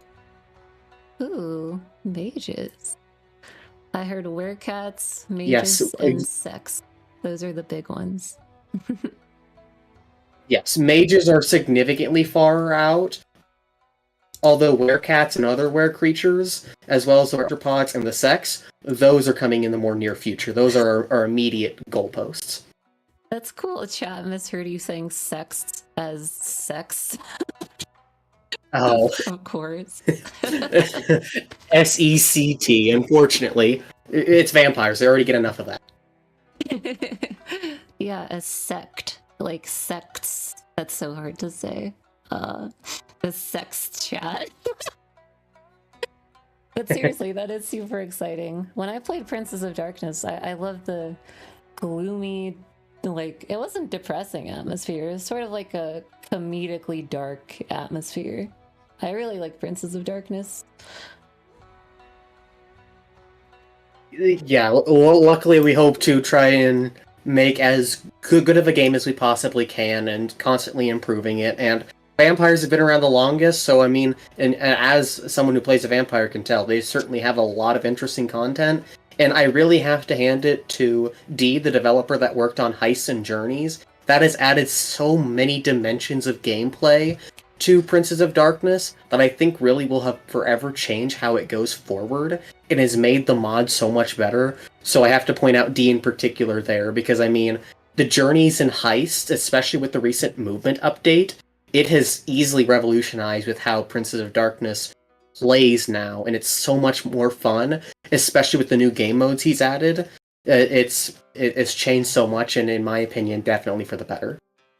Ooh, I definitely gotta try it out myself too then. That sounds incredibly fun. Well, thank you so much for joining the stream. I feel like this interview's short, but with all the technical issues, I feel like we have to cut it a little bit short. Is there anything else you want to tell the chat? Any inspiring message or anything? I want to say is that definitely going forward as we open up Crusader Kings 3, Victoria 3, and Imperator to more and more people, all the benefits that comes with that is ultimately I'm happy that we can have a chance to further enrich this community, and I think it can only get the better with the more people we bring in. So I'm happy to have a part in that, and I'd like to thank everyone for enabling me to be on here, talk about what we have coming, and I'm excited to welcome more and more people into the massive string of hobbies and mods we have across these games. Hell yeah, that's something we can all agree to. Thank you again, Lysithia, for being here. I'm super proud of you. Of course, thank you. Super happy for you. Thank you. Yeah, thank you. It's a wonder to be here, and thank you. Thank you for having me, and I hope the rest of the stream and your day goes by well. Aw, thank you. Thank you. You too. Thank you. Thank you so much. All right. All right, thank you. And for everyone in chat, have a good rest of your night. So pretty. I'm a little bit enchanted, to be honest. Can't lie. Thank you. Uh-huh.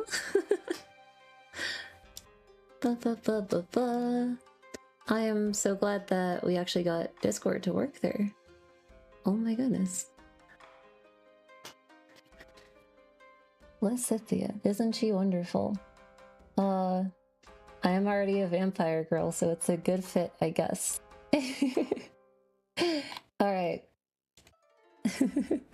Coming up next, we are... Coming up next, we are looking at the Elf Destiny mods, which we kind of had to push back a little bit. Awkwardly, please forgive me for the schedule still being a little bit scrimbly. Glad that people are still here. Oh, and remember to donate to the Able Gamers Charity Fund too. I saw that we are at 796 out of 2,000 raised. Maybe we can get up to 10k with the 6,000 in total from Paradox matching. The RPG toll conversion mod is RP heavy. I'm shocked and appalled. Oh my gosh. So shocked. Just so appalled. Now, I think we have spent enough time debugging everything that we can kind of just gracefully slide into the elf video. This one's pretty cool because it's a trailer and a presentation too about what it was like developing that mod. So I'll let it speak for itself. I'll shush you. Long ago, when the earth was new, elves and men arrived through a grand portal from another realm. They spread far and wide to every corner of the world, settling all lands they found. Countless cultures with unimaginably diverse customs emerged. Noble elves of great honor. Selfish elves who only desire for power. Elves that built great wonders of stone, and elves who want only for the simple life of the forest. Some who embraced the races of men in friendship, and others who saw them only as slaves to serve. Time is inevitable, and with its passing, whether by war or through the folly of their hubris, the great empires would crumble. Over 1,000 years ago, a new dark elven emperor of unparalleled magical ability rose. One by one, the free lands of Earth fell to his power. His rule was as terrible as his heart, and an age of unimaginable suffering followed. Rebellion was inevitable, and war on a scale never before seen on this world soon followed. A last alliance of men and elves marched against his armies, and on the very slopes of the Grand Portal they fought for the freedom of Earth. An elite group of the world's greatest mages and warriors did battle with the Emperor, tearing the very foundations of the Earth asunder. With great sacrifice, they managed to deliver onto the Dark Lord a grievous wound. Sensing his end, the Emperor fled the battle to his secluded fortress, where he would die from his wounds. The forces of good had their victory, and an age of peace was upon them. Or so they believed. The nations of man had enough of elven lords, and soon war rose again. Elven nations, greatly reduced in size and power from their conflict with the Emperor, began to flee back through the portal to seek salvation in other realms. The human kings ordered the portal be broken, so that they may be free of the tyranny of elves for all time. Fearing the hatred of man, the elves that still remained fled to the edges of the earth. As generations passed, elves faded from memory until they were nothing more than a children's fable. Now in this age, something has changed. You, a human lord, have discovered the resting place of the final elf emperor, and have been changed by the power there. Now a newly made elf, you must rediscover the secrets of the ancient empires and forge a new elven people. What kind of people you will be is yet to be decided. Whether benevolent ally or dark overlord, the choice is yours, Realm Lord. It is time to seize your destiny.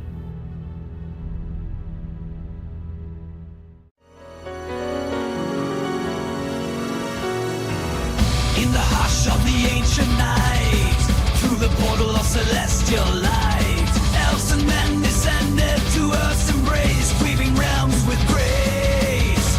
They built kingdoms proud and tall, but time's relentless sweeping call. Faded echoes of grander past, yet legends forever live.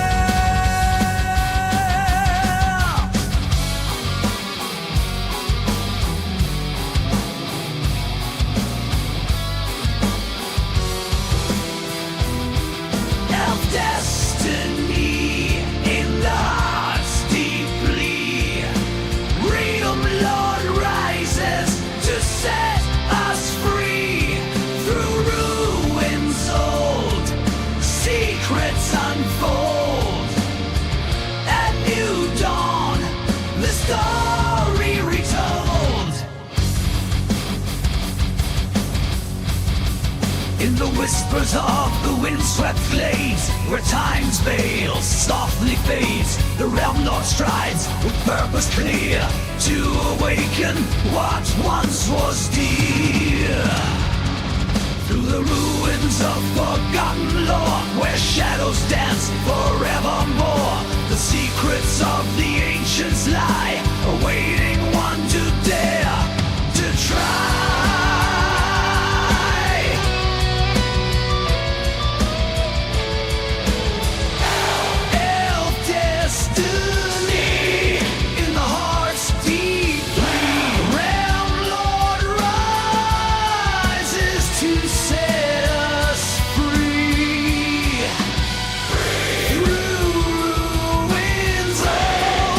Secret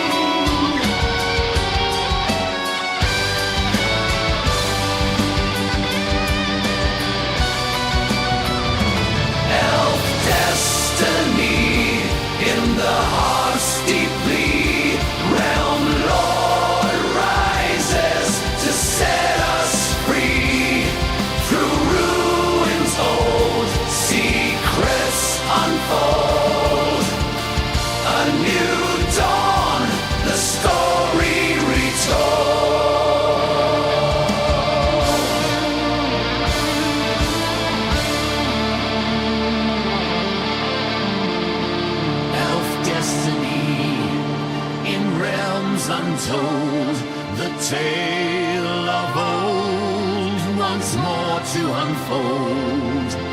With the Realm Lord as our guide, elven destiny forever to ride.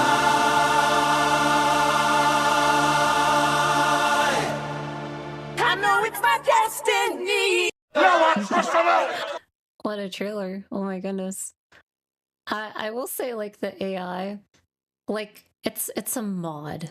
It's a mod using it, you guys. I think we can give them a little bit of leeway if it's a modder using it for their trailer. Just to add a little bit of pizzazz. Oh, my Discord React thingy broke again. I think it's I thought it was funny seeing, I think I saw one where Link was holding a microphone. Elf sweep, 5-finger elf punch. Elf Talika. Thank you for the $5 donation to Able Gamers. Remember, we are trying to get to 10K, I think, is our very tentative goal. Da,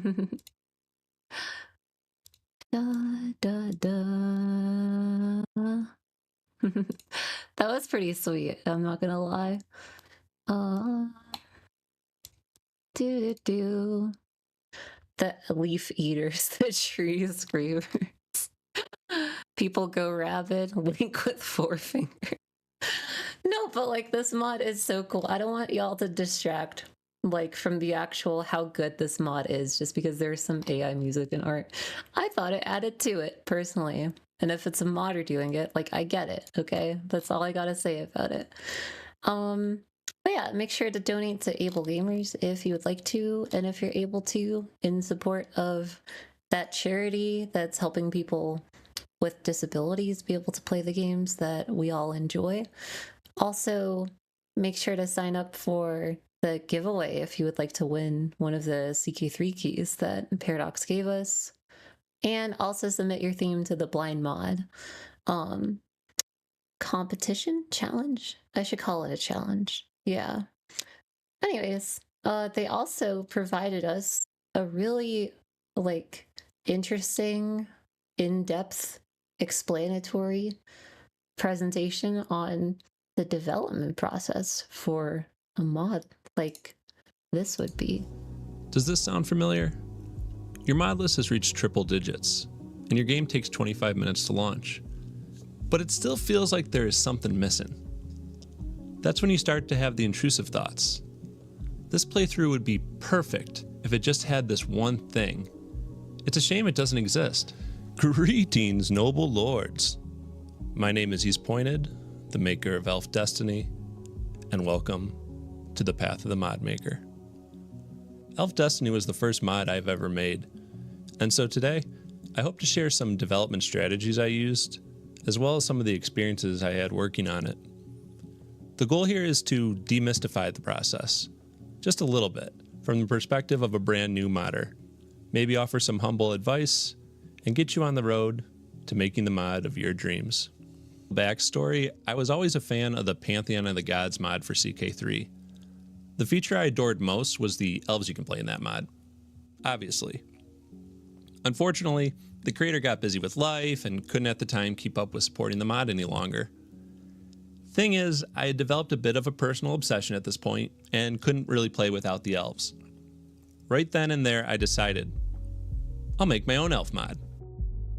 My first iteration was just a standalone genetic elf trait that gave elf ears. I studied the POG code for a good long while and managed to flounder around long enough to put together the trait of my dreams. As I played with it, I realized the dopamine I got from making something myself and then adding it to the game was about the same or greater as actually playing the game. It became quite clear I was going to need to upgrade my creation to a full mod. Thus began my true modding journey. This was all kicked into overdrive when, in response to folks commiserating the loss of Pantheon of the Gods on that mod's Discord, I commented that I was working on giving the elves a new life. This was a big moment. I was now being held accountable by the community. I had made promises.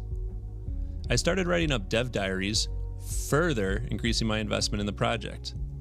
There is no going back. So you want to make a mod? Well, before you jump in, there's a few things I'd recommend you consider before you get too deep. The first thing I'd suggest is to start by taking notes. Once I decided to dive deeper into this newfound hobby of mine, I began to write down ideas. What will the lore be like? What kind of special events will there be? What new traits and men-at-arms will it have? And it goes on and on and on. In my opinion, this is both one of the most important and also one of the most fun parts of working on the mod. Because at this point, your mod is still just a blob of clay that you can shape into anything, and thinking of all the possible ideas is exhilarating.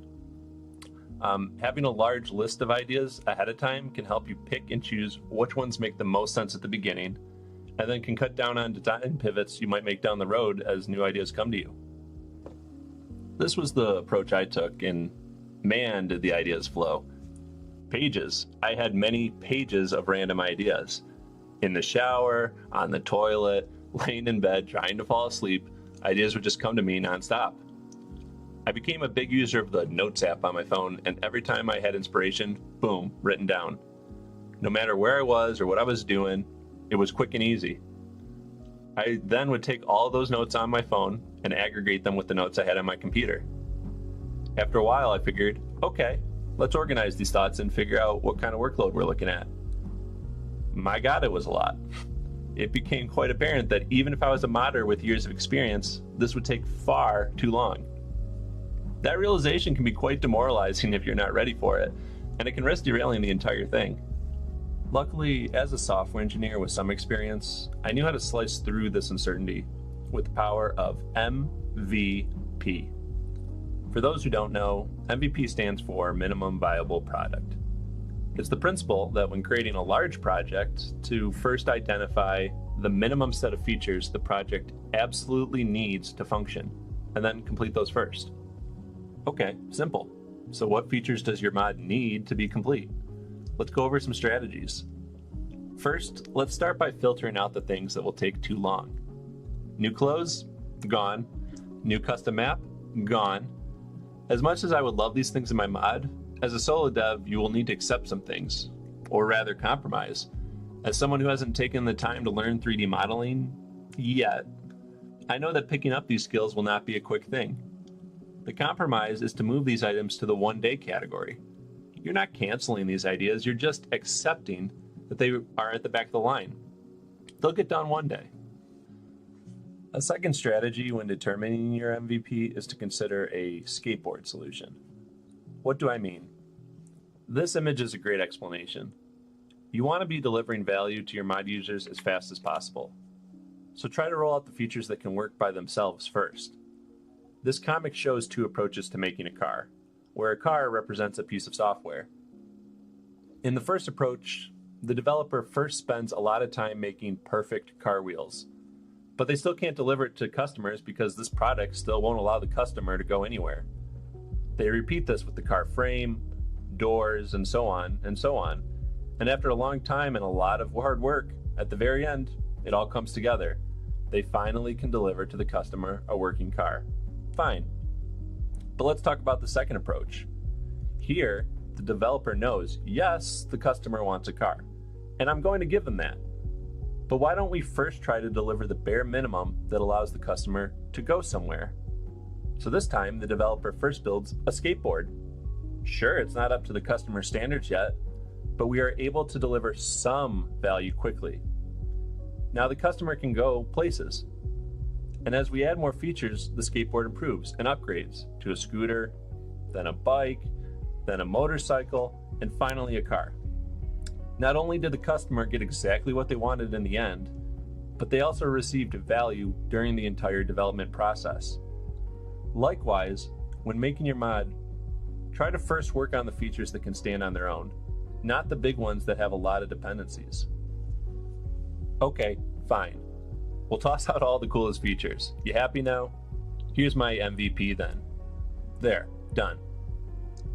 Okay, time for a curveball. Even though I said you should work in a skateboard solution, you should still wait till your mod has a complete vertical slice before releasing it. There's a common phenomenon in the Steam store where a new modder gets excited, puts out a small bit of functionality and a description of future plans. And that's as far as it ever goes. Maybe their internal motivation dies after that. Maybe they didn't get enough community support. But whatever the reason is, the mod is finished. A big flaw of this approach is that new mods are published every day, and your mod will get pushed down into the deeps of the workshop. And with only a promise of new features coming, many users will never revisit your page again. Do you want people to play your mod? Then you need to give them a proper reason to, not just promises. So what do I mean by vertical slice? The idea is used a lot in software development and is actually aligned with the skateboard method. Imagine that the entire thing you're trying to make is a cake.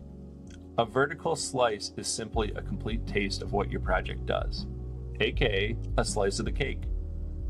This image is an example that might be used when developing a website, but the principle still applies here. Instead of creating the entire website, we would simply create a single web page, maybe the home page. That's the user interface in this cake slice. The middle tier is all the logic being done to organize the data needed for the homepage, and the database is simply where all that homepage data is stored. If you wire all of this up, you have yourself a vertical slice. Sure, it's just a website with a homepage, and it's not the complete vision yet, but it functions, and it delivers some value. So, as I figured out my MVP, I considered what my vertical slice should be and ended up with something like this. MVP. I knew I want elf traits the players can evolve and eventually reach god status. I knew that I wanted a unique elf culture with new traditions. I knew I wanted this new activity, expeditions, so that the player could go discover these elf traditions and other neat elf artifacts. I knew I wanted an elf religion, and I knew I wanted special elf bloodline traits, so that the player has something to go do, hunt down these traits, and add them into their dynasty. Sure, I want more men-at-arms, more traditions, special events, more activities, and on and on and on. But this list represents a clear picture of what the mod is and where it's going. Now, this is not at all a pure MVP. I could cut everything except for elf traits, and the mod would still have a functioning purpose. But these were the bare minimum features that I believe it needed to be the mod that I would want to play and I felt others would want to play. What your MVP looks like will ultimately be a personal decision. But I do have one final piece of advice. Whatever you do decide to add, polish it. Polish it. Don't settle for placeholders. Don't leave localization text everywhere. Commit to finish as best you can 100% whatever features you decide to add and make them as nice as possible. Now, I'm guilty of violating this rule from time to time, but it's an important one. You only get one first impression. When a player sees janky, unfinished work, they aren't always going to give you the benefit of the doubt that you're going to come back and make it better. They're going to think that this is just an example of the quality of content they can expect going forward, and they might abandon the mod. Also, I'm telling you, seeing something you made complete and polished in the mod will make you feel really good about it, and it can be an incredible motivator to keep adding more. Okay, you've identified the things you want in the mod. Great, now what? Well, now it's time to identify the skills you're going to need based on the features in your MVP. Let's get the big one out of the way, coding. A lot of people quit right here. If you have never done programming before, it can seem very intimidating. Please listen to me. It's not even close to as difficult as you imagine it to be. I often say it's like learning a new language, but far simpler. After all, most of the programming terms are written in clear English.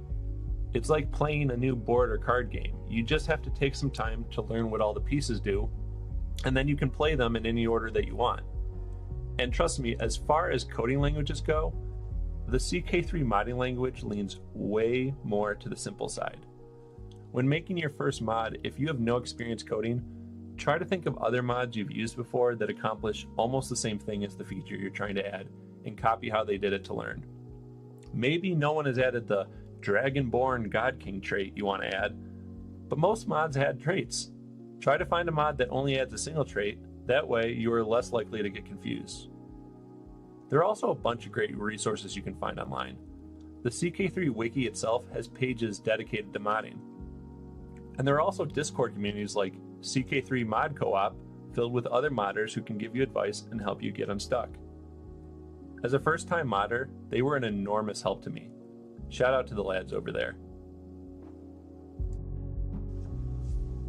Eventually, you are going to want to have a look at the CK3 game files themselves to get a better understanding of where things go and what is even possible to add to the game. Now, when you first open the game files, you might have a reaction like this. Oh man! Oh god! Oh man! Oh god! Oh man! Oh god! Oh man! Oh god! Oh man! Oh god! Take a deep breath, it will be okay. When you're first starting on your mod, you should adopt this simple mindset. Yes, there are a ton of files here, but I only care about a few specific things. I therefore can ignore everything else. Once you see how the files are organized, you realize finding what you need isn't that bad at all. You want to work on a trait? Look, there's a folder dedicated to traits. You want to work on making a new religion, a new culture? It's all there. Ignore everything else and just find what you need. Most code editors, like Visual Studio Code I'm using here, have a search function. Use it often. Even copying off of previous examples, it can be very frustrating and demoralizing how slow it is to add any feature when you first start. You need to push through this. It gets better, trust me. Eventually, you'll be flying through things in 10 minutes that once took you all week. That's not at all an exaggeration. It's just like any other skill. I've heard countless tales of people learning to code from mod making and going on to have careers in the tech field. And if that's something you're interested in, it could be you too. Now, let's pivot to art. You're probably going to need art for the things you're making, and the way I see it, you have three choices. You can draw it yourself, you can commission someone else to draw it, or you use the magic of AI. Drawing it yourself is probably the best option if you have the skills, but most people don't, and getting those skills takes years of dedication. Commissioning others could be the best solution. It is great to support artists. But then again, this is a free mod you're making, and artist commissions, while not always that expensive, may still be too much for you at that time. AI is the route I took, not just because of the downsides of the other choices, but also because I had some experience with it. But here's another huge piece of advice. Every single skill on Earth is documented on YouTube. Maybe it's not 100% accurate, but it is damn close. Anyone can make AI art, and there are countless tutorials online. If you don't want to go too deep, get a $15 Midjourney subscription and have fun. If you do want to go deeper and have more control of the art, watch tutorials on how to use Stable Diffusion. Again, like the advice about looking through the CK3 game files, don't get overwhelmed. There are a ton of advanced features in the AI art world. Start with the very basic tutorials and build upon it as you get more comfortable and curious.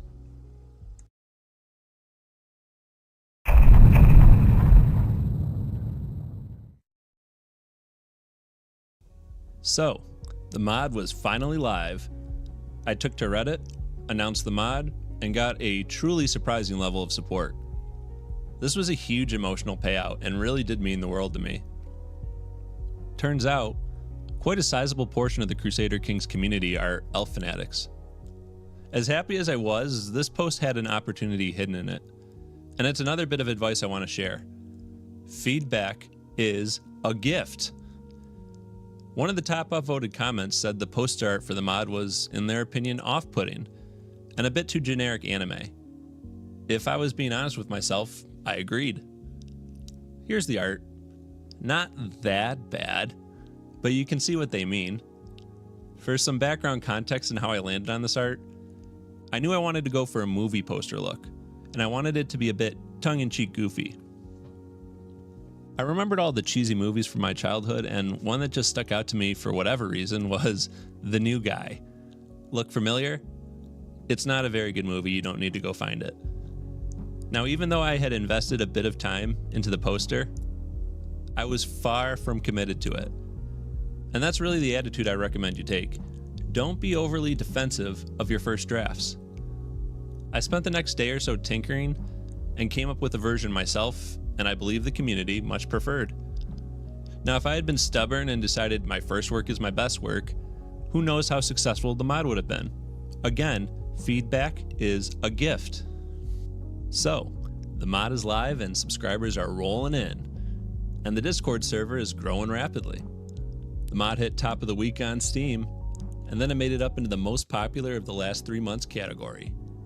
It even got official recognition from Paradox, and they featured the mod on X, Discord, and eventually even the game launcher itself. The ultimate jewel in my crown. Things were going good, and I couldn't be happier with the success. So, I can finally rest now, right? Now, this is a personal choice. Maybe for you the journey would just end here, and that's fine. But remember, I've only implemented my MVP, and I have pages and pages of notes of dream features I would love to add. More urgent than that, the moment I published the mod, the error reports started rolling in. Turns out having many thousands of people play your mod is a great way to find the many issues you didn't encounter yourself or were just pretending didn't exist. So the next few months were a frantic rush of hot fixes and quality of life improvements. Then, when I got things stable enough, I pivoted and worked on a new features patch. This was also very well received from the community. Which brings us to today. I'm continuing to publish bug fixes as needed, and I'm planning out new features. I would say my stress levels are way down. Now I'm in the fun zone. This mod has a whole community around it, and people are making submods left and right. It's been translated into every language, except Korean. There's even fan fiction being written. I've developed almost a council of advisors to bounce mod ideas off of, and I'm even starting to grow enough as a person to trust others to develop some content, like event chains in the mod. Life is good, and I can't wait to see how the mod grows in the future. I hope some of these tips and experiences I've shared have been valuable. If you have ever thought making a mod would be fun, please just give it a shot. It might be challenging, but I promise it's not as impossible as you imagine. And again, there's a great community ready to help you out if you're serious. This was my first ever mod I've made, but I guarantee you it won't be the last. Thank you again for listening to me ramble. Now go out there and seize your destinies. Destiny in the heart's deep realm, Lord rises to set us free. That was really good. I was trying not to. Okay, I saw one. I saw one chatter say, "One day I'll publish a mod and spend hours every day arguing in the comments." Completely derailed me. Hours every day. Oh my gosh, I need to calm down. I don't want to take away from how good of a presentation that was either. It's genuinely really good advice. Oh, I just realized I don't have anything up on screen right now. Okay. Welcome back to the void. I don't want to detract from how good that presentation was, because not only is it good advice for publishing a mod in general, but also just general creative advice. Makes elf mod, uses hobbit profile picture. Yeah, excellent presentation on modding. AI art controversy aside, I mean, whatever you feel about it, it's still good advice. I don't want that to entirely detract from the useful information that's being presented there. Especially about like segmenting your work, knowing what you need to interact with, not getting overwhelmed. Like, it's just good ADHD advice, honestly, for me. I'm gonna try to apply some of it where I can. Minimum viable product. Yeah, that was great. I saw a lot of people saying that they wanted that one to be uploaded separately as its own video. And I agree. Like, this whole stream will be public, like as a VOD after, just on the channel. But I hope they decide to publish that video as a separate video too. because I think it would help a lot of people. Stop talking about AI. Yeah, sorry, I'm kind of playing into it. The Winter King will probably need to wait till winter, I guess. Okay. I'm running a little bit late, but do you want me to yell at you? Ah. I'm so close to the screen. Okay. Yeah, I just feel like that was a really informative inside look, especially the mindset stuff of what it takes to be a modder. In the future, people or androids will look back on ModCon 3 video and review the cultural strife over AI art. True. Great first day. Well, we're not nearly done yet because we still have a lot to go over. Let me bring up the schedule again. We're a little bit late, but next up we have localization and you, which is basically tips and tricks for writing text for your mod, including GUI promotion overview. Basically covering tips and tricks for writing text for your mods, overview of select UI promotes and largely unused localization functions. So it's more of a technical thing, but I still think it's fascinating. Hello, I am the Gib, and welcome to Localization and You, the segment dedicated to helping you make some beautiful text. This segment will be going from the basics of setting up your files to creating text functions that may be unnecessary for your mod. We get a lot of questions related to localization formatting and file structure on the co-op.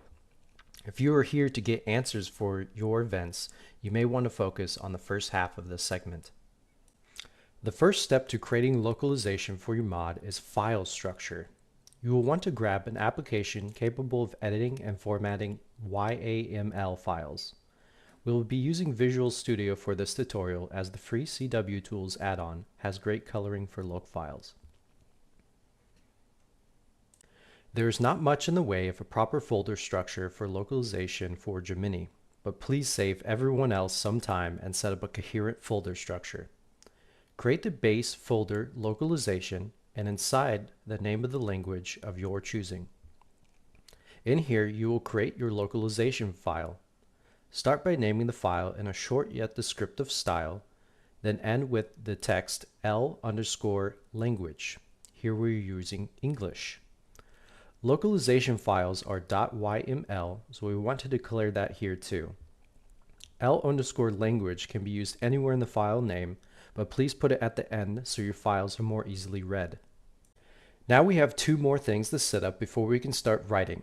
We will declare the language at the top, similar to the file name but with a colon. Next, we should resave the file in UTF-8 BOM. In Visual Studio, there's a button in the bottom right that should just say ASCII or UTF-8. We will click that and then save with encoding, UTF-8 BOM. For Notepad users, there's a top bar drop-down menu for encoding. Now this file is ready for use with localization. It is important to note that if you are replacing localization from another mod or the base game, to create a replace folder. Any loc keys in this folder will override localization loaded by the game. Do not make regular files in here, they will not work properly. To set up text to be displayed, we want to define a localization key. A key is a string of plain text letters that we can reuse in script to state what text we want there. So here's our loc key.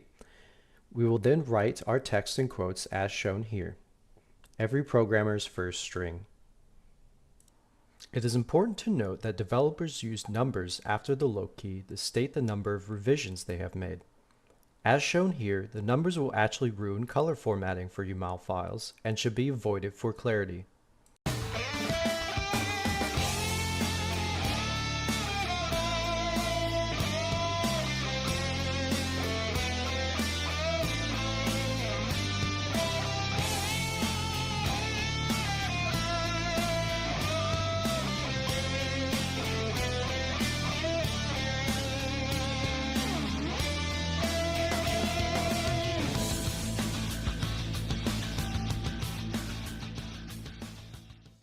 We got the files down, but there's another thing we must grab before we can get down into writing. No good story is complete without the names of its characters. To grab those, we need to step our toes into UI modding. If that has struck fear into your hearts, do not worry. All localization is UI modding in the Joe Mini world.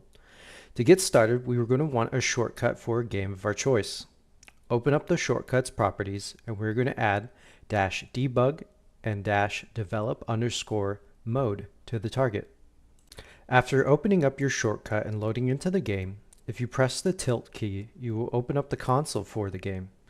Type in dump data types as shown, and we will now have a new documents folder. In here, we are looking for data types, and for CK3 there are 5 files. Opening up one of them will show you collections of promotes and functions. Promotes are used similar to scope chaining in regular game script. Each piece of text has a data type attached to it: character, title, artifact. So we can use get holder to grab the character data off of a title. Functions will typically end the data chain and grab or display the relevant data off the data we chain to. Most relevant in this case is get first name, which will display the character's first name. Here I created a test event for us to write into. Our look keys for this event follow a basic structure: name of the event, T for title of the event, description for the main text, and A for option 1, as there is only one option for this event. This event is a test, so we will be using Hello World for the title. We can actually substitute our previous look key by wrapping the key in $signs as shown. This key will then reuse the already defined text if you wanted to save some time. For our body, we have found the cutest cat in the world, the local localization cat Tay. So we want to let the event player know they have found her. Here we're going to use the get first name data type. In events, we can actually use event scopes as the initial promote for data functions. I have already set up the event root scope to be cat finder. So we will type in left bracket cat finder dot get first name right bracket. The brackets will cover the data function and let the game system know that it's a UI function. Lastly, we can only say meow back, so that will be our only option. Logging back into our debug game, we can open up the console again to test out our new event. Viola, you have mastered the fundamentals and now can make text for 99% of modding ideas out there. Moving along to the fun stuff you can do. Many veteran modders have found the text formatting file with formatting shortcuts. Using L to underline Tay, we can put better emphasis on the word by wrapping it with the #L and ending with !! But did you also know that there's ways to make clickable text and tooltippable text without any real text formatting by using the same method, as long as we can grab the ID of the scope?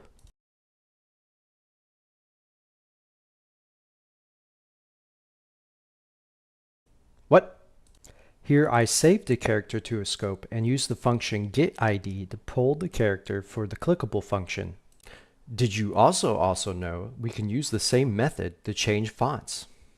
By editing the fonts.font file in the fonts folder, we can add defined fonts for given languages and create a usable name for our font for select styles.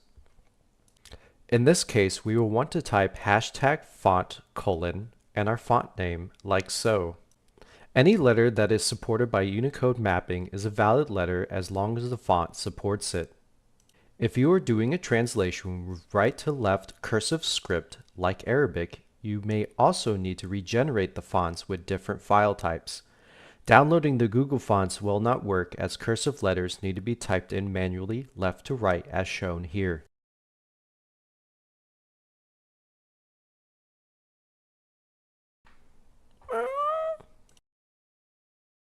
One of the more difficult parts of localization modding is figuring out what data type to start from to do custom text. For this issue, we know so far as the way to handle it is through what CK3 calls flavorization. However, flavorization doesn't cover vassal contracts. We can open up the localization file for flavorization and see if we can find a data valid type there. Thankfully, character in capital letters seems to be valid. Vassal contracts still can't be accessed with data functions. Thankfully, there are two great ways to get into regular script for checking game state. Here we can use the custom function. Custom will wrap the name of your custom loc in parentheses and apostrophes. Inside our customizable localization folder, we define the name, choose a scope type for the function, here being character, as that's where we're coming from on the UI side. Each loc key will then be bracketed with text, the trigger, with our valid triggers that we want. In this case, it's the March contract, and a defined loc key to use. We can also replace the trigger area with a fallback equals yes check, so that some sort of text will always be displayed.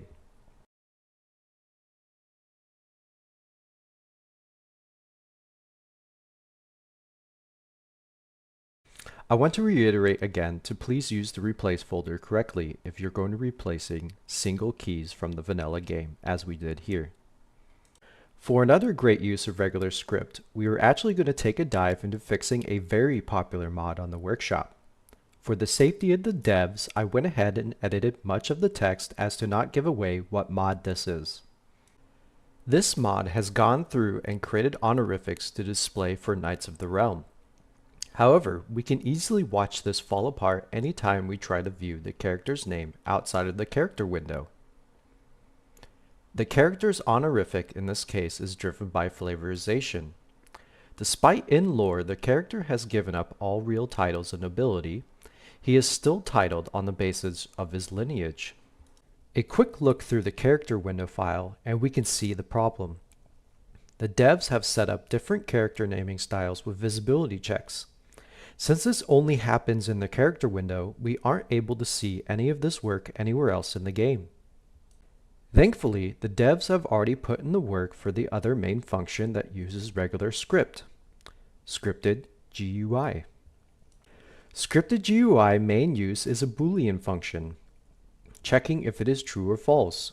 We will write it out just as shown here. Get scripted GUI with our SGUI script name wrapped, the type of check we are doing. The main ones for use is valid or is shown as used here. We will then create scopes for script out of the UI data. The root will be GUI scope.setRoot. Here the character data is available, so they went ahead and used makeScope for the root. There is also an add scope function that we can use under the GUI scope, but that will be a question for the co-op. We will also need to use .n to finish off the function. We can then use the mod's SGUI file to make sure everything there is in order. Just like custom loc, we will need to define a valid root scope type for the script, here being character again. Since we used isShown as our SGUI function, we will have to have that section in our script as well. Since we can use SGUI for buttons and effects, we can have one script name for each function of SGUI, like isValid, isShown, and the effects if needed. That is stepping too far into full GUI territory for today, however. Since the devs have already put in the work for checking proper knighthood in the SGUI, I believe we can just reuse it properly. Since we have a Boolean function, all we will want now is a function that swaps between flavorization and our unlanded knight title. For this, we can use select cstring or select localization. Both do similar things. Localization uses keys, while cstring uses directly written text. Here, cstring will be our best bet. As shown, the arguments will be a Boolean function, of which we can thankfully reuse the character window function. Let's double check and make sure the character data is available for this text, so our root scope will be correct. We can see character here and here from vanilla. Then we will want to set our true text to be the knightly title Sir, which we can copy over as well. Make sure your strings for select cstring is wrapped by apostrophes. For our false function, Flavorization covers the tier text for this file. You can see the use of $signs which notify that the tier is replaced with other texts, so we can copy that string into our false function. From here, all we will need to do is use this function and replace the tier text for each key here. These keys will be used for every getName function in game, so as long as we cover this file, there will be no spot in game that won't see it. Back to our modded game, we could pull up our knight and find that every instance has been properly changed to use his knight title. By correctly using our data functions and a little research into the vanilla files, we can skip needing to change UI altogether, putting ourselves ahead of the curve. So finally, I will bring up my main mod, Name Packs Expanded, and let you know how I replace every character name to be correct. What you need to do is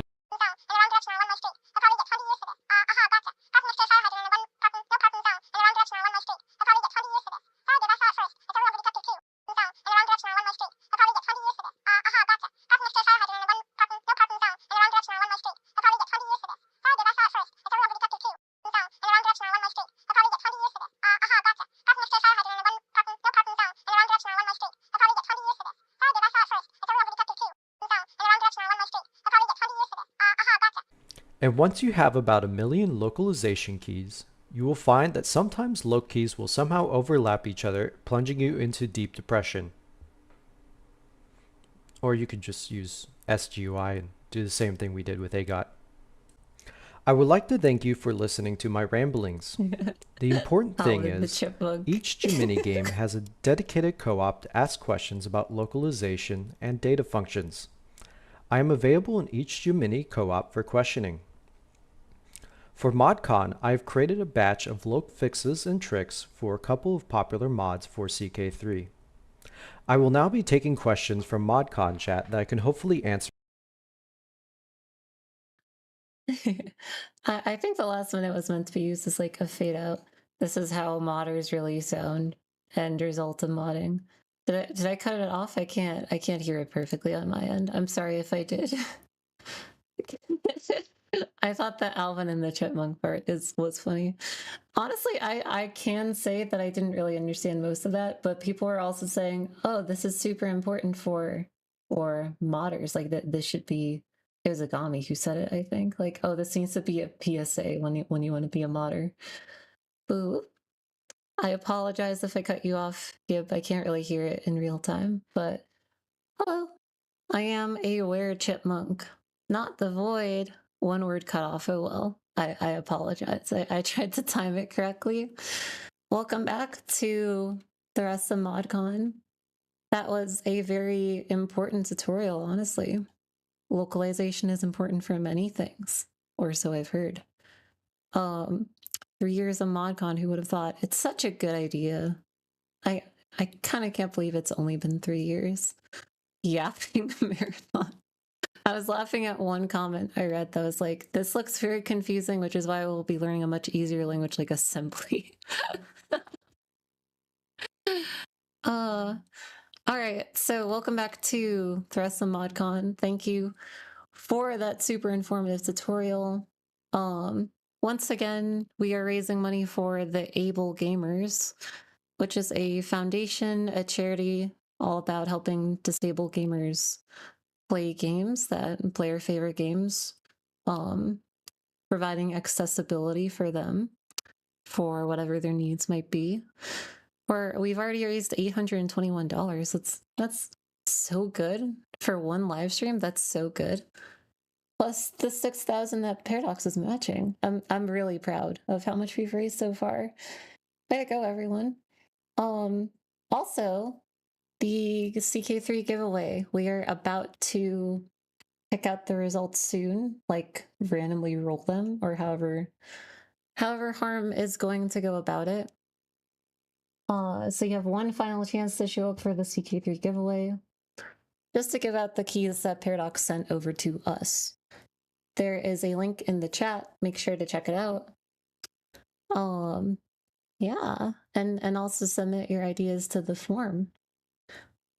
Also remember to like this stream so YouTube shows it to more people. Yeah, also remember to refresh the live stream a bunch so that that's what Spiff always says. Refresh the live stream a bunch so that it breaks the server or something like that. Last chance to join the CK3 giveaway. And well, you have the next video at least, but last chance to join the giveaway. Also make sure to submit your ideas for the Blind Modders challenge too. Last chance, last chance. Ding, ding, ding, ding, ding. All right. Now we're about to get into some more exciting videos. Like, as much as that video is very useful and it should be like a modder PSA. I'm excited about this next one, and I also hope it doesn't like copyright strike my stream. I'm sure it'll be fine. The next one coming up is Submission to Authority. It's the final rework. Da-da-da-da.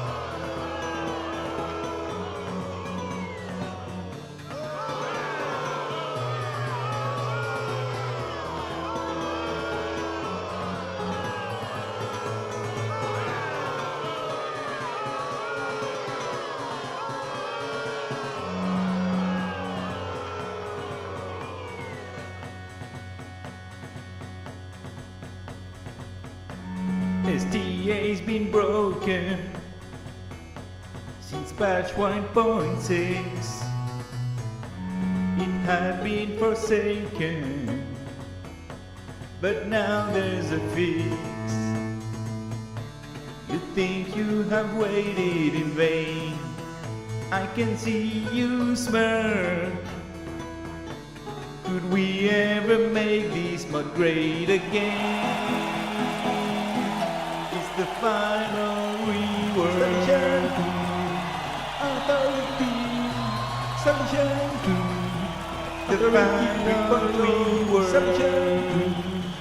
Authority, submission to Authority 3.0. We revamped the whole thing and had some setbacks, but now we are aiming to make a comeback. Of course there will be some issues and a couple of quirks, but hopefully it will be fun to use. It's the final rework. Authority, submission to the final rework. Submission to Authority, submission to Authority 3.0. Oh, oh, oh, oh, oh, oh, oh, oh.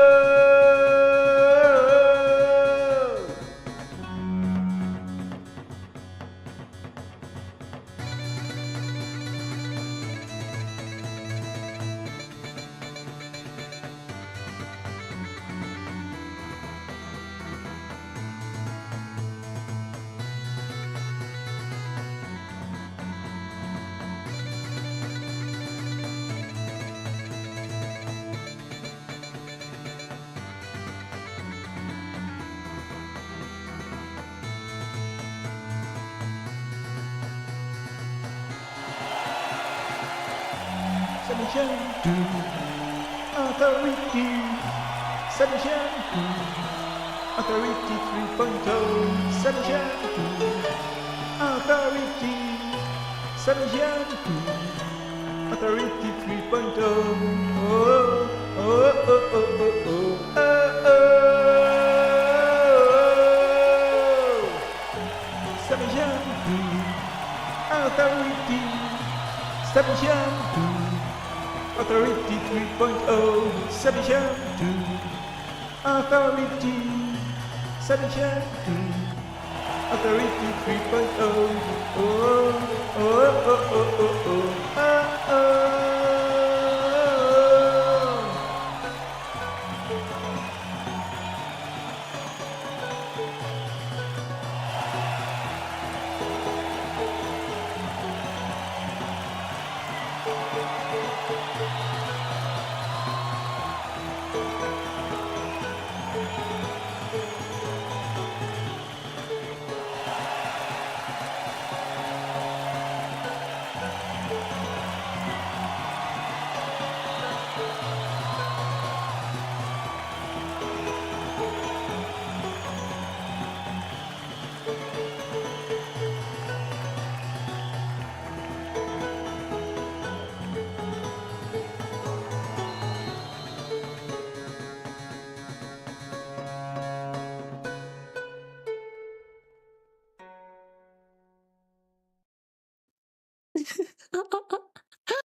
That was so awesome.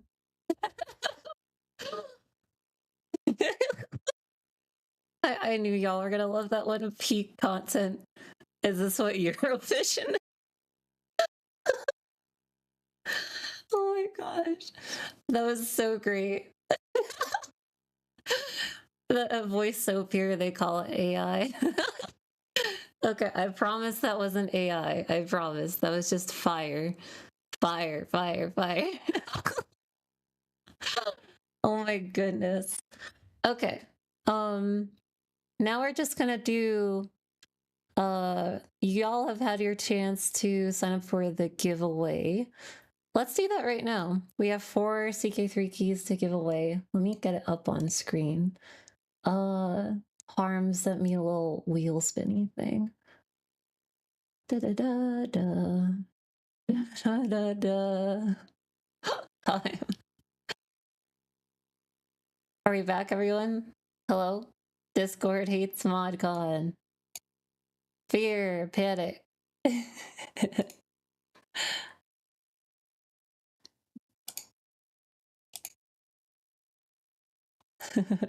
Everyone, come back. I'm here. I'm here. The fates are conspiring against this year's ModCon. We'll restart the stream once we reach 900 in donations. Thank you everyone for donating so far to ModCon. Or just donating to ModCon, to the Able Gamers. We are at 846 donation, or $846 so far. I cannot talk right now. I'm so overwhelmed.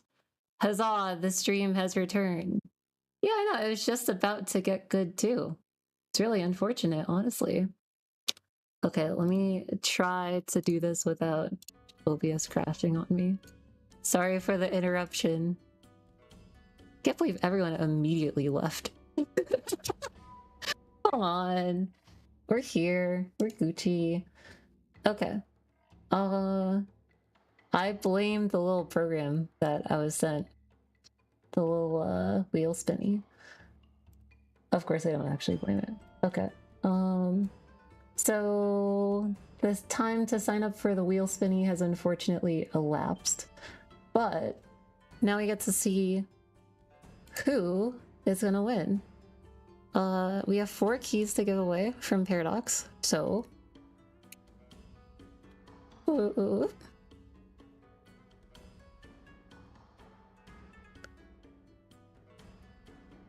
Ooh. Nihil. Alright, there's 1 key over to Nihil. Congrats. About to get good like it hasn't been great so far. Yeah, come on. Nihil. Congratulations on winning a CK3 key, straight from Paradox themselves.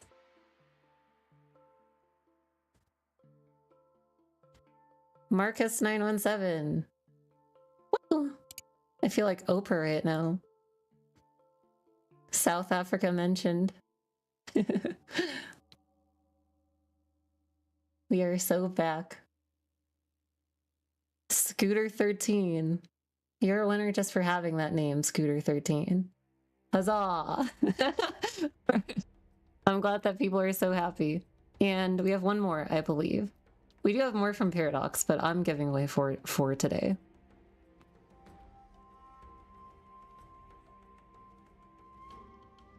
It's Stalmanoff. Congratulations to those 4. Yeah. People, mods in the chat, were you keeping track of that? Harm, Uber. I was not keeping track of that. But congratulations to the 4 who won. Why are y'all talking about South Africa in the chat? What? Did I miss something? South Africa? Well, anyways, congrats on winning those 4 CK3 keys. Straight from Paradox themselves. That's like a collector's item, honestly. Collector's edition CK3 keys.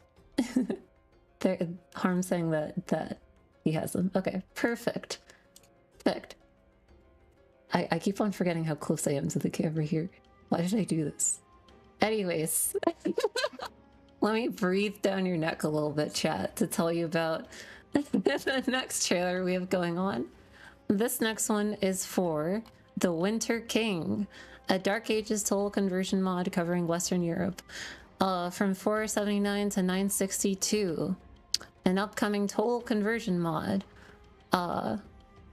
with an initial release scope covering sub-Roman Britain and the Anglo-Saxon invasions. So I'm excited to see what this looks like when it comes out. I'm excited to see the trailer too. Let's do it.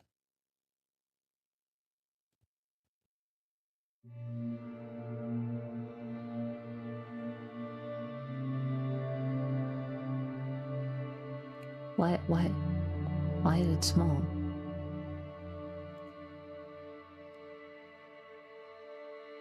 What? Hang on. I can fix this. Why is it small? That's not fair to it. I need to fix that. Sorry about that. I don't know how that happened. That's not fair at all. Let's try that again.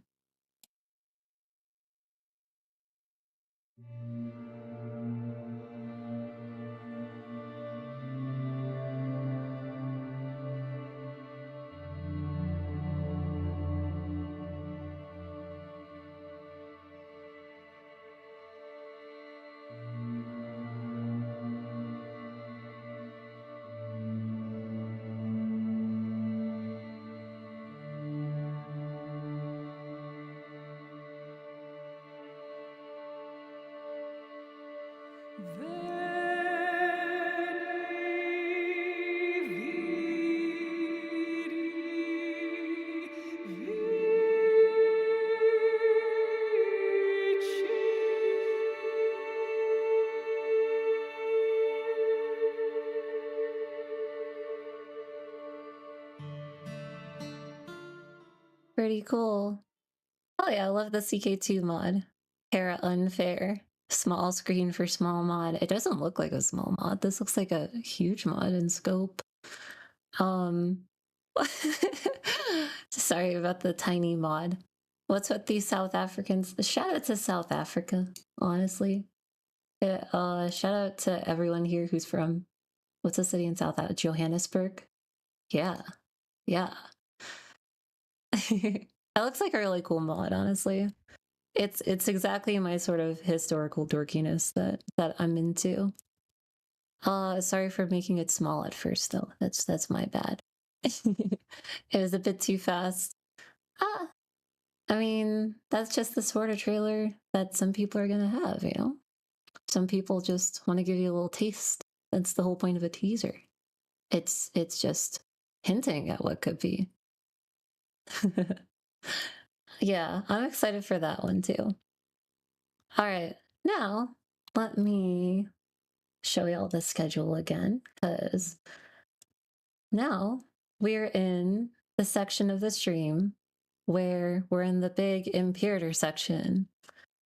The next 4 mods that we have coming up are all Imperator mods. We have Imperator Invictus, full mechanical overhaul, Terra Indomita, and Chronicles of Omni Luxia. Remember, of course, that we are raising money for the able gamers too. So if y'all would like to donate to support that charity, it would be super appreciated. 846 so far. Really proud of y'all. It's a good charity for a good cause. Also, oh yeah, we already did the giveaway. I guess I can't plug that anymore. First of all, we're gonna go to Invictus, the mod that basically community updated Imperator while Paradox went out to get cigarettes and never came back.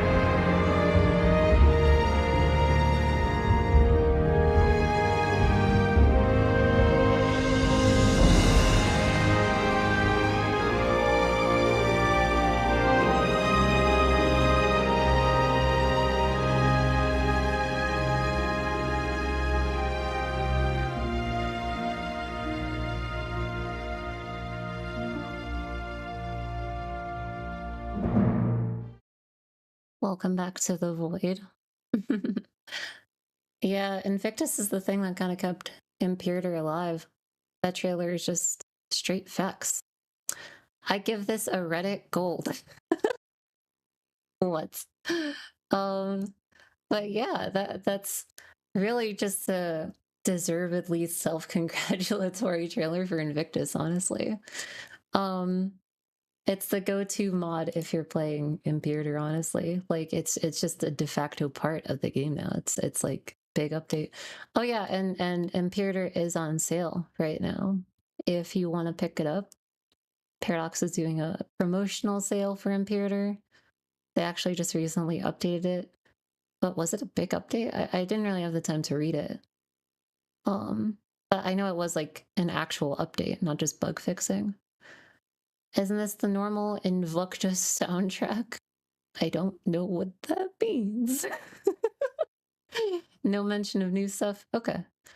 That's it. You're going to the void. Honestly, but like just give it up for Invictus. Hugely important mod. Hugely important for Imperator. We all love and respect Invictus. They're allowed to be a little bit self-congratulatory. I think they deserve it. Because I congratulate them too. All right. Now here's a mod that... I need to pull up my notes, actually. Here's a mod that is an extension of Invictus that adds several new mechanics to Imperator. The full mechanical overhaul. Guess I'll just play the trailer.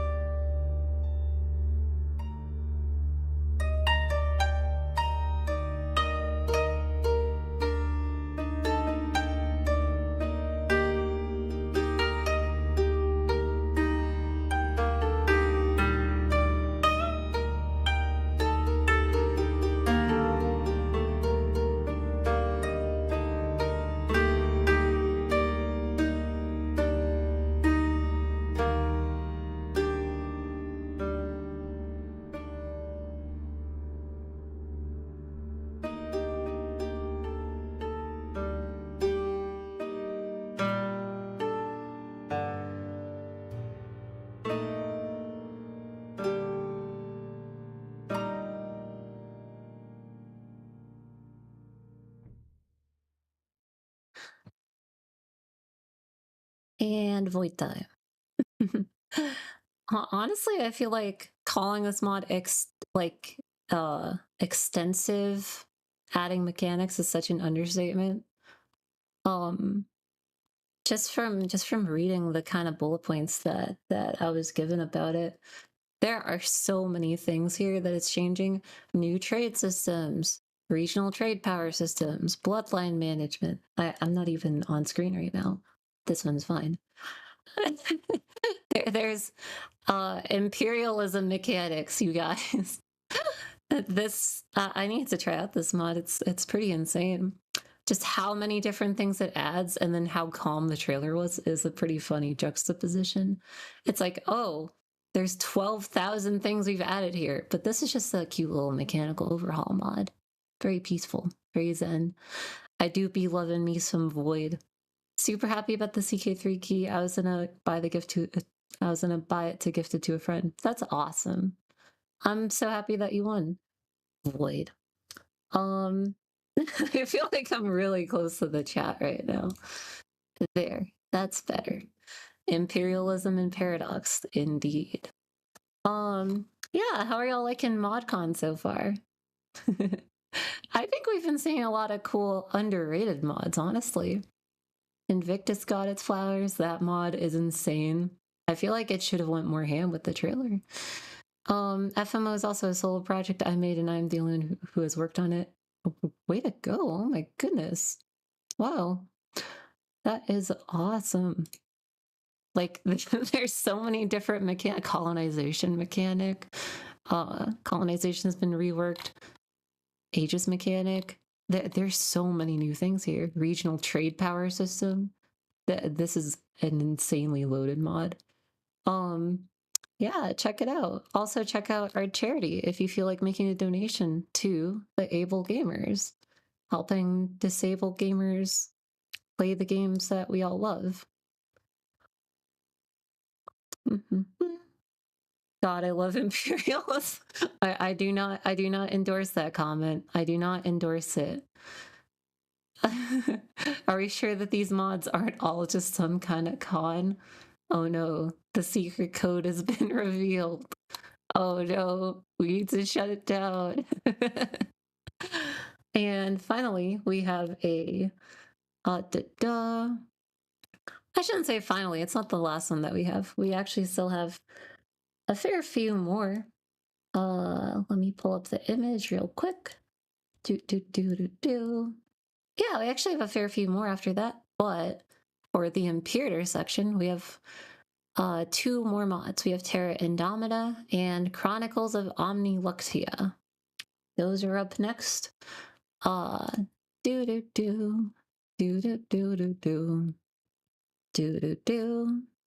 This next one is a full overhaul of Imperator, extending the map all the way out to China, believe it or not.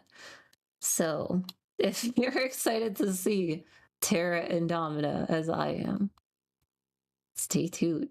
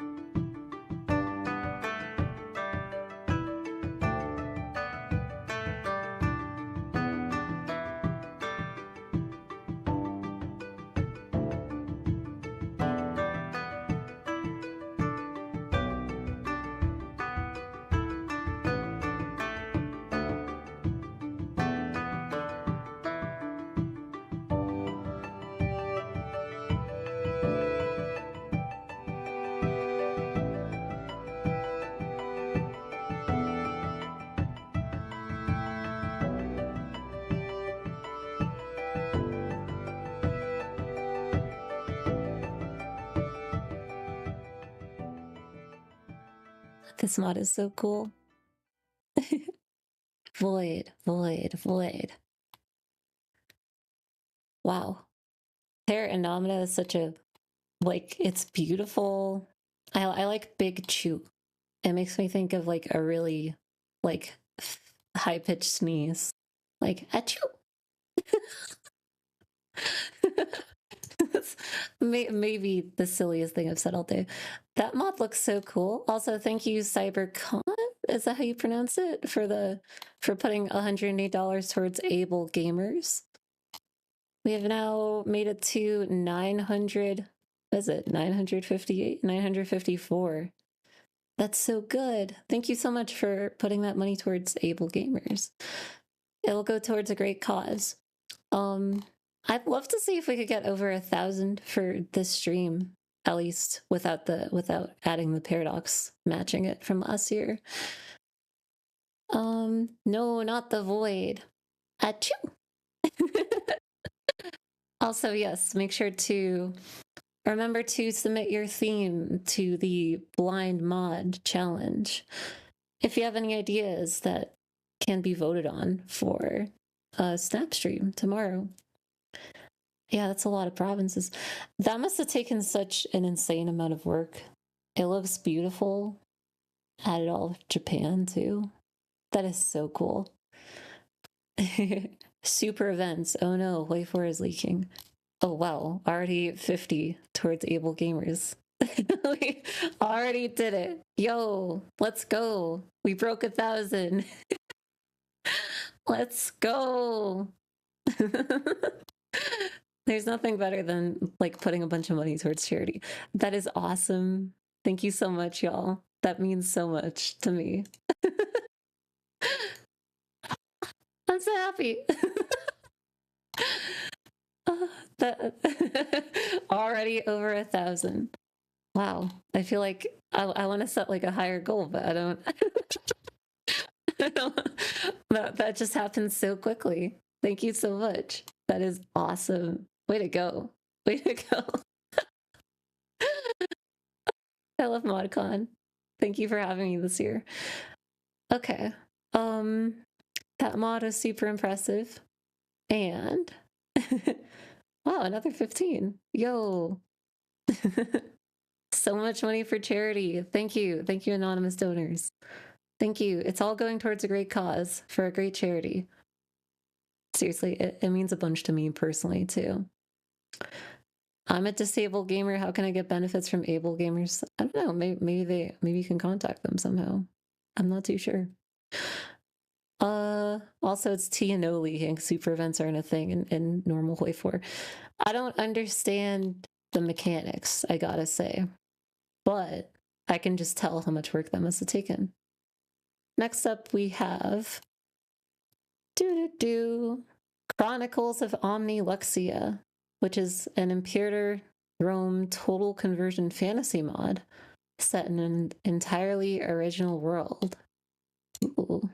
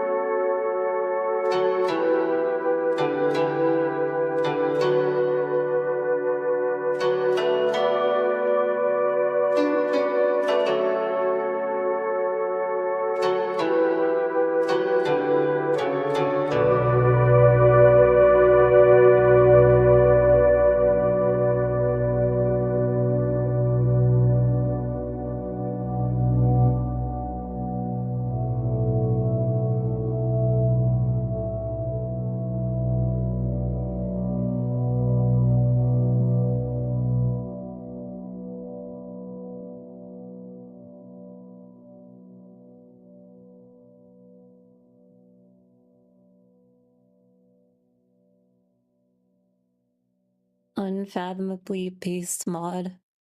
Hobgoblins. I like the goblins too. Hello, gamers and goblins. Yeah, that mod's sweet. I like the magic effects. I like the magic effects on the map. Oh, was someone in the chat being unruly? Oh. Hey, don't be unruly in the chat. I'm watching. So awkwardly close to the chat. I can understand being excited after all these cool mods, though. Gotta rein in some of the most unruly chat members, though. Don't want to have literal goblins in the chat. That mod is pretty sweet. I like the magic effects. I like all the different races they added too. Yeah, I like dwarves. Yeah. It's pretty cool. Big fan. I'm so glad that there are so many mods submitted for Imperator too. Do. Yes, ma'am. I'll play some music for a bit. Thank you again for donating to the Able Gamers charity fund. I think it's great that we made it to over 1,000. It's for a great cause, helping disabled gamers, access support. Accessibility is really the theme of ModCon this year.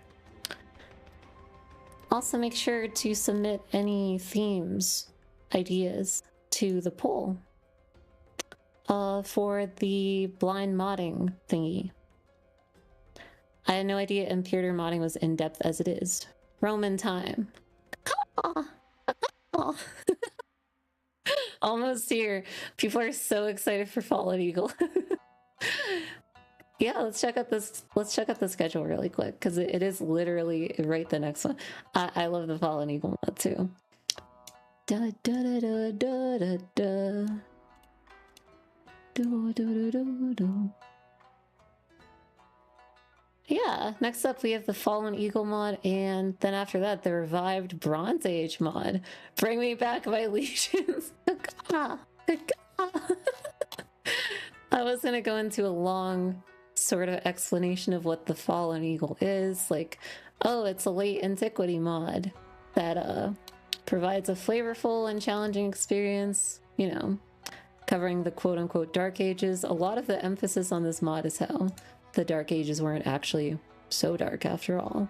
It was a lot more intricate and complicated than, I guess, what we would have learned in high school history. Eagle, I've fallen and I can't get up. The eagle is falling. I have no idea what you guys are referencing, but I think it's really funny. Y'all are so funny. Again, make sure to donate to Able Gamers if you'd like to. Yeah, and thank you for being here this ModCon. This has been so much fun. All right, now let me stop stalling and actually get into the Fallen Eagle.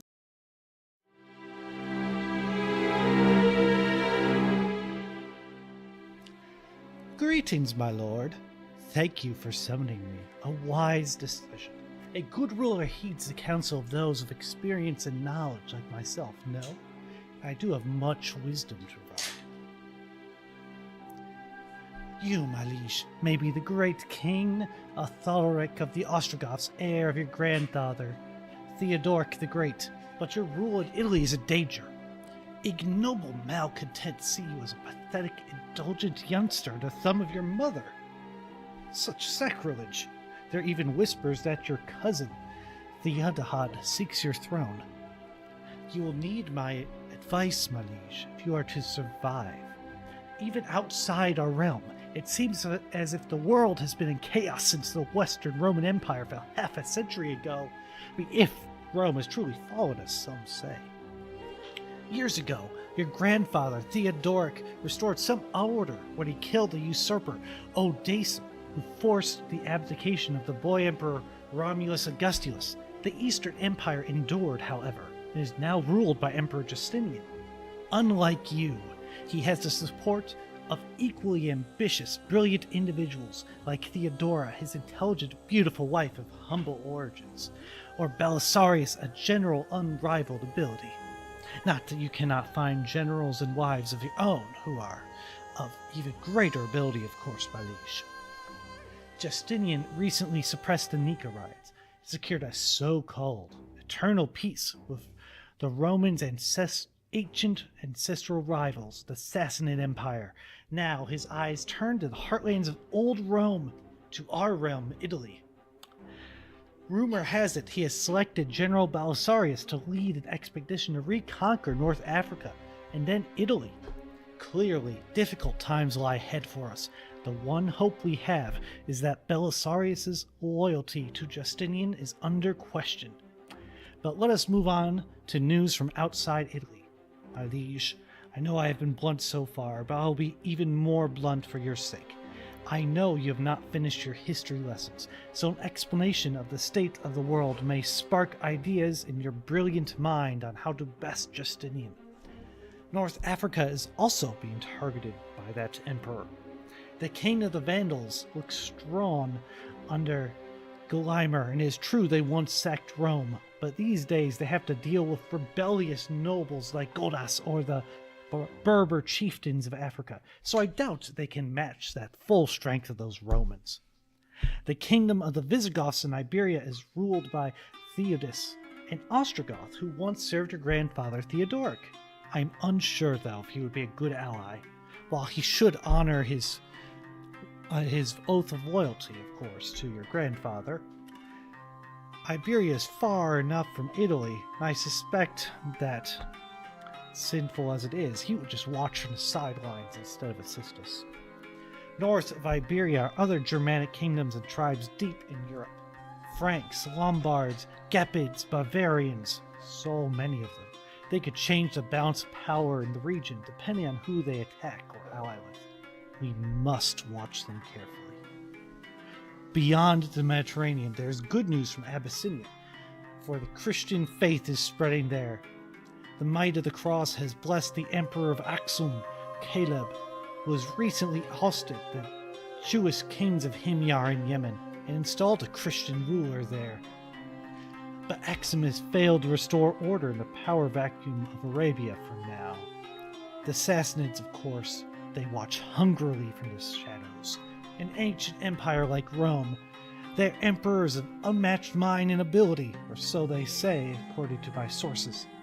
Though young, he could bring his people much glory, but he must first contend with some heretics, and more dangerously, the White Huns and Turkic nomads who threaten his eastern borders. Unlike those Persians, the kings of India have secured their flank against the eastern Huns. I have recently heard how one of their kings thoroughly defeated a Hun once feared by all. But I am going off on a tangent. As you can see, whether Rome has yet fallen is not yet important. What is important is that we live in a world that is much more dangerous. I've even heard rumors of a great plague approaching our lands, one that will rival any we've ever seen. Remember, my liege, you don't always need to win through battle. Consider a combination of approaches, such as diplomacy, intrigue, and improving relations with your Gothic and Roman subjects. Use every advantage you have against your enemies, internal and external. I beg you, my King Atharic, you must prevent a premature end to your legacy and the legacy of your grandfather. Change your wayward ways, use my knowledge, and steel yourself for the coming struggle. Perhaps then, all will not be lost for the Gothic people. Hi, my name is the Archbishop of Banterbury, and I am a scholar for the Fallen Eagle mod. Today we're here to talk about our mod's Gothic flavor pack, which will add even more content to our 532 start date. But before we go into that, I want to go over what the Fallen Eagle team has done since the last ModCon. At the beginning of 2023, we released House of Sasan, an update focused on the Iranians and the Sassanid Empire. It added our second and third struggles, the Romano-Iranian Wars and the struggle for Greater Khorasan. There were also new mechanics like the Great Houses for the Sassanids and the ability to declare proxy wars. Months later we released Reign of the Apostate, a start date for the year 361. It focused on Julian the Apostate, the last pagan emperor of the Roman Empire, and included a rework of our Roman Senate mechanics. The 361 start date also had many interesting characters you could play as, like the great Sassanid ruler Shapur II, or the last ruler of the once mighty Kushan Empire in India, Kippunada. Later that summer saw the release of Beyond the Vistula and the Indus, an update centered on the Slavic peoples and the Indian subcontinent. We wanted to truly immerse you in these regions often neglected in historical video games. This update also added mechanics for the Slavic migrations and the Indian caste system, and the Fallen Eagle's fourth struggle, the Hunna invasions, which depicts the invasions of Eastern Huns into India. Shortly after, we released the smaller flavor pack, Omens from the Steppes. It focused on the Ruran Khaganate, with new decisions, events, and mechanics in the eastern part of the map, for players who want to rule over the riches of the Silk Road. Finally, we ended 2023 with the release of yet another large start date, 532, the last of the Romans. Many fans had been waiting for the start date, and we were glad to introduce you to famous figures like Justinian, Belisarius, and the Sassanid ruler Khosrau. The update also featured a mechanical rework of our imperial laws and edicts. All in all, 2023 was a successful year for the Fallen Eagle. We expanded the mod in so many ways, and are proud of all of the work we did. Hi there, I'm Sir Thomas Payne, a scholar for the Fallen Eagle. I'm here to go into detail about the Gothic Flavor Pack, which is focused on expanding on our 532 bookmark in the Gothic Wars. A major part of this update is a new struggle, the Fall of Rome, which takes place over much of Italy. The new struggle revolves around a not so simple question: what does it mean to be a Roman in a world without the Western Empire? The collapse of the Western Roman Empire is often portrayed as an apocalyptic event in pop history, but in reality it is much more complex and interesting. The struggle has three phases: devastation, turmoil, and rebuilding. The turmoil phase represents periods of endemic warfare in post-Roman Italy, like Justinian's Wars of Conquest, or the Lombard invasion of Italy. The rebuilding phase, conversely, represents periods of when the peninsula attempted to recover from such conflicts. The devastation phase is an ending phase, which means the struggle ends automatically if you reach this phase. In this ending, the constant warfare and economic decline are so bad it leaves Italy in a ruined state. There are other endings too. Perhaps Italy returns to the Roman fold, or develops its own unique synthesis of Roman and foreign cultures, or becomes a separate power, divorced from its Roman past. Previous event chains relating to the Gothic War for the 532 bookmark have been updated and integrated into the struggle.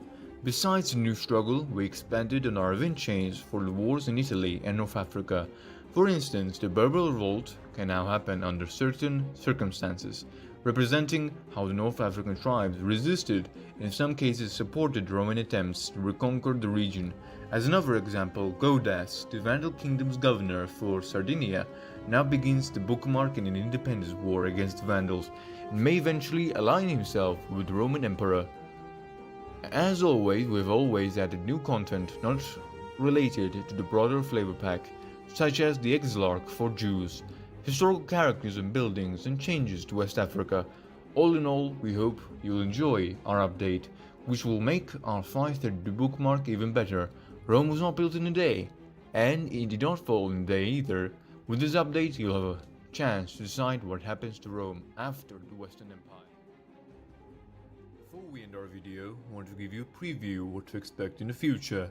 Later in 2024, we plan to release a smaller flavor pack for Egypt, focusing on Egyptian Christians and pagans, as well as the other nearby cultures and religions such as that of the Nubians, Beja, Garamantes, and so on. After that, our next major update will be a new start date for the year 632. It will focus on the rise of Islam under the Rashidun Caliphs and the Roman and Sassanid empires under Heraclius and Yazdegerd III.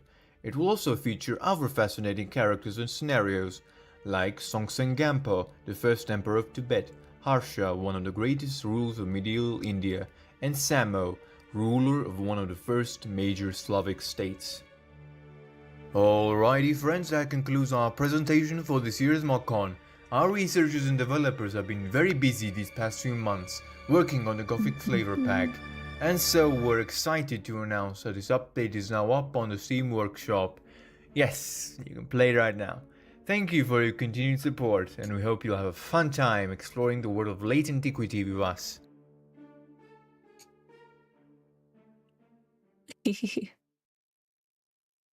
Yeah, I'm excited too. Fallen Eagle's such a cool mod.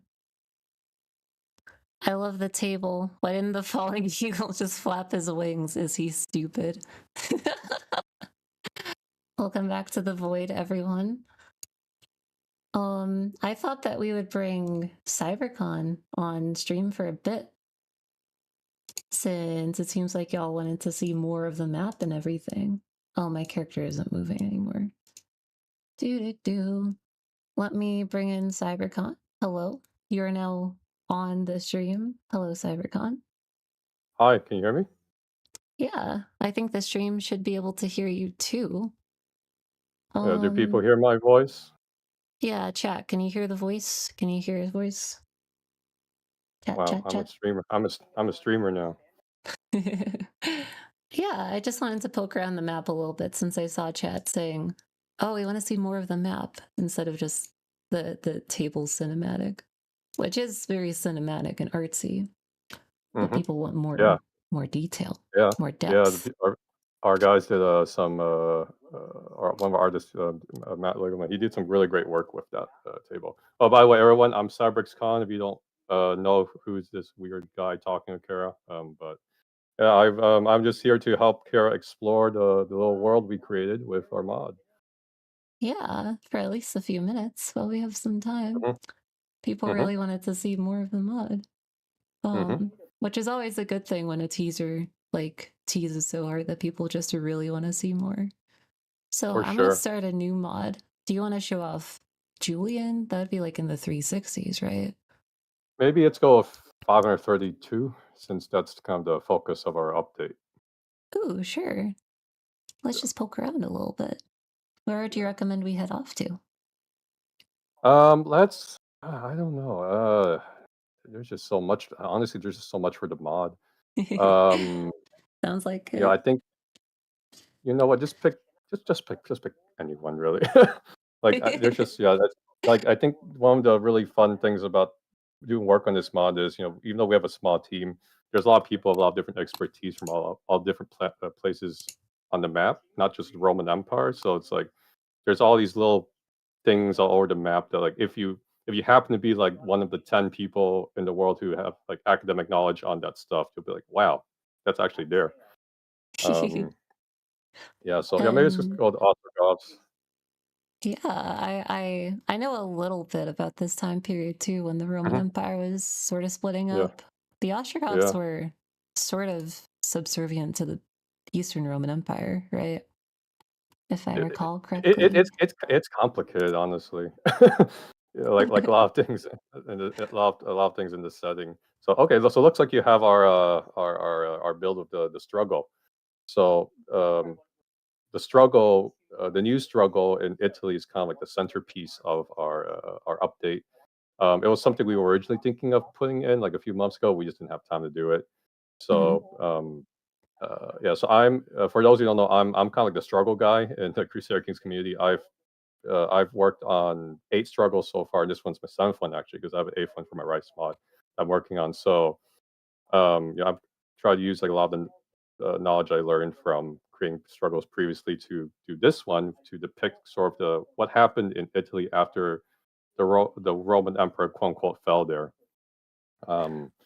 So and then the other part of this update we added was like some event chains to kind of spruce up the bookmark to give it a little bit more flavor. This is so cool. I feel I'm Yeah. just looking around all the different menus and stuff Oh too. yeah. Go ahead. I love the UI design of this mod too. Ooh. Yeah, The it was Imperial it was Senate. something. It's something a lot of people probably knows right away when loading to the mod. It's like a lot of the interface has been changed to be a little more quote unquote immersive, to use that buzzword. This is so cool. Yep, Wow. that's a Senate mechanic. Honestly, I don't really know how it works that well because funny thing, like a lot of modders, we don't really play our own mods. Just kind of build them out and see what happens. I Yeah. understand that. Yeah, this mod is really cool.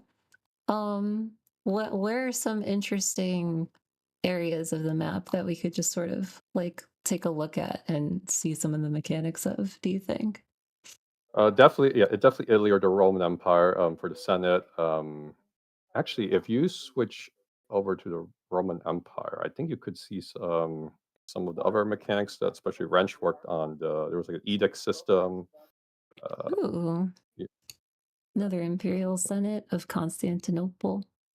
yeah, there's like an edict system where you can choose like different edicts to give you different effects. Ooh, that's a nice menu. Yeah, Did you say an edict system? yeah. I forgot Ah, which here's the tab it's in. struggle. Here's the Let Senate, me and get then my character off screen. I think it's in. Man, wow, I really don't know my own mod. Maybe it's in the realm. I'm Realm, kind of putting you the on the realm. spot here too. Yeah. Oh, that's the one of the other struggles we had. We added last year, the Roman Persian wars because that was an epic 600 plus year squabble between the two that Ooh, it does make sense. ended that ended very anticlimactically when the Arabs basically beat them both. Yeah, they just kind of Okay. swept across the whole landscape. Okay. Chat saying it's the realm tab. Okay, so if you go to the first tab at the top, Da, da, da. realm tab, you should be able to see the edicts. Imperial laws. Oh, edicts. Indeed. Oh, Yeah. can pass a totalitarian edict, a frugality edict, populating edict. These are cool. All of these add little modifiers to the realm for some sort of Yeah. cost. Yeah. That's a And really cool it's yeah. mechanic. hmm Yeah, and that I'm was sorry, like the I'll let baby you of talk. our. Oh, sorry. But yeah, that was the baby of our one of our lead devs, Wrench. He's been very instrumental in keeping this mod just going with a lot of content over the past few years. Yeah, there's so And much content here. It's almost overwhelming. it is. Yeah, it's that's why that's why I don't play I don't play the mod. I'm my mod. It's just so much. We only play Um, enough to make sure the mods work. mhm. Yeah. So like Roman Empire is definitely the one of the places with most like some of the most flavor and content from the mod for for obvious reasons. It's kind of one of the main appeals for people playing this or playing the mod. You're like, you want to be like, oh, I want to restore the Roman Empire because there's a lot of Roma boos in the community. Right. So it's one of the reasons why it has a lot of the flavor. Um, Definitely the best experience for that sort of thing. mhm, mhm. Wow, And there's then policies for different civic mhm, competence too, mhm, diplomatic competence. I'll have to mhm. explore this mod a bunch more. That's Yeah, crazy. yeah. So besides the Roman Empire, we've also had a lot of flavor for the Persians and in India that we did that we worked on last year. Kind of like want to kind of expand a bit so the mod is not just focused on Rome, even though it is a big focus, obviously. Right. But they're a part of the broader world too. Mhm. Super Yeah, and we're cool. always yeah. They have So their own struggle Persia, and everything for Greater yeah, Coruscant. and if you could, yeah, switch to if you're in the Persians. I think I'm slightly lagging behind you, so on the video, so just forgive me if I'm saying something you already did. But There is a little bit of a stream delay, naturally. yeah, for the Sassanid Empire, one of the mechanics we did, and again, this was Wrench did this. It was 7 houses mechanic where you kind of have to manage the 7 major houses in the Persian Empire. Persians also have 2 struggles, one for one of the wars between Roman and one in the Greater Khorasan area, so kind of like focus more on the Silk Road and that kind of stuff. Let me see here. Oh, okay. I saw some people talking about Exolarch earlier. Maybe we can do a quick. I think the Oh, do you know Exolarch. where we could see that? The Exalarch? Yeah, yeah. If you go, okay, so I'm a little. If you zoom down to near the capital of the Persian Empire, I think. Okay, you see the Star of David. I think that should be. Oh, right over here. Yeah. So the Exolarch would be the head of faith for some of the Jews in the world in this setting. Oh, interesting. Star of so David, Exolarch. I'm unfamiliar with the history around this, but that's a cool little addition that people seem excited yes. about. So that was a member of Team Soraya.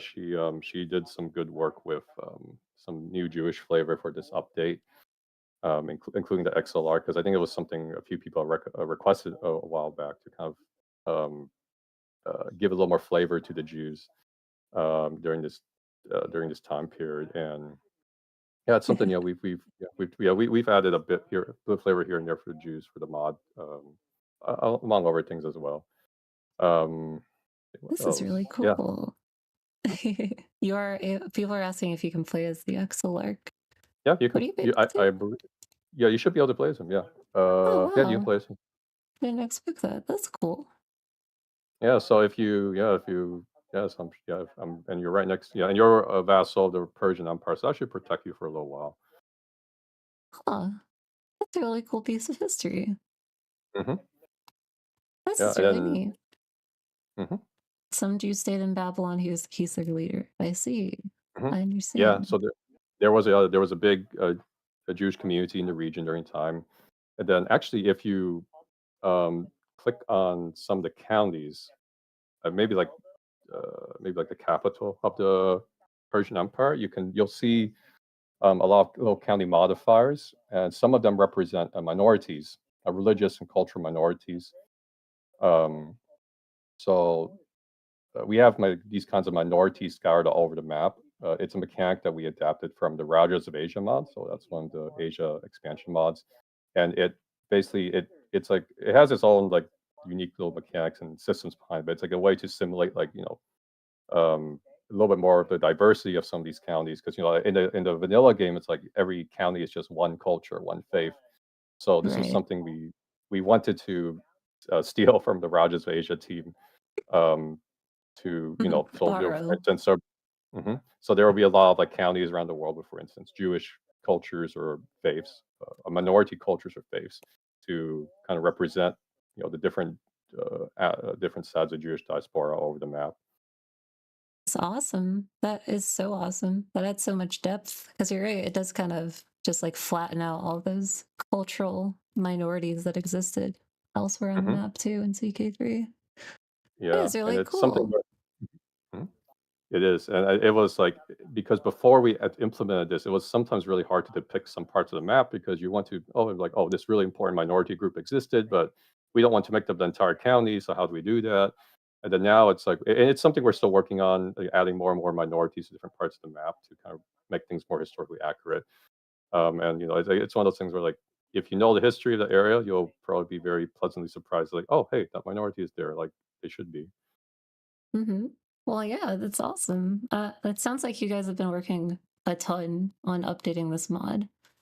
Really just getting into the gritty details too, like the bigger Hmm. stuff too, but like a lot of the details that you can mess around with too are Yeah, super cool to yeah. see. Yeah, So that's one of yeah, the really we're yeah. I'm sorry, I'll let you finish. Oh, no, yeah. Yeah, you're right. It's like that's one of the little details. That's one of the real pleasures of working on this mod. I agree.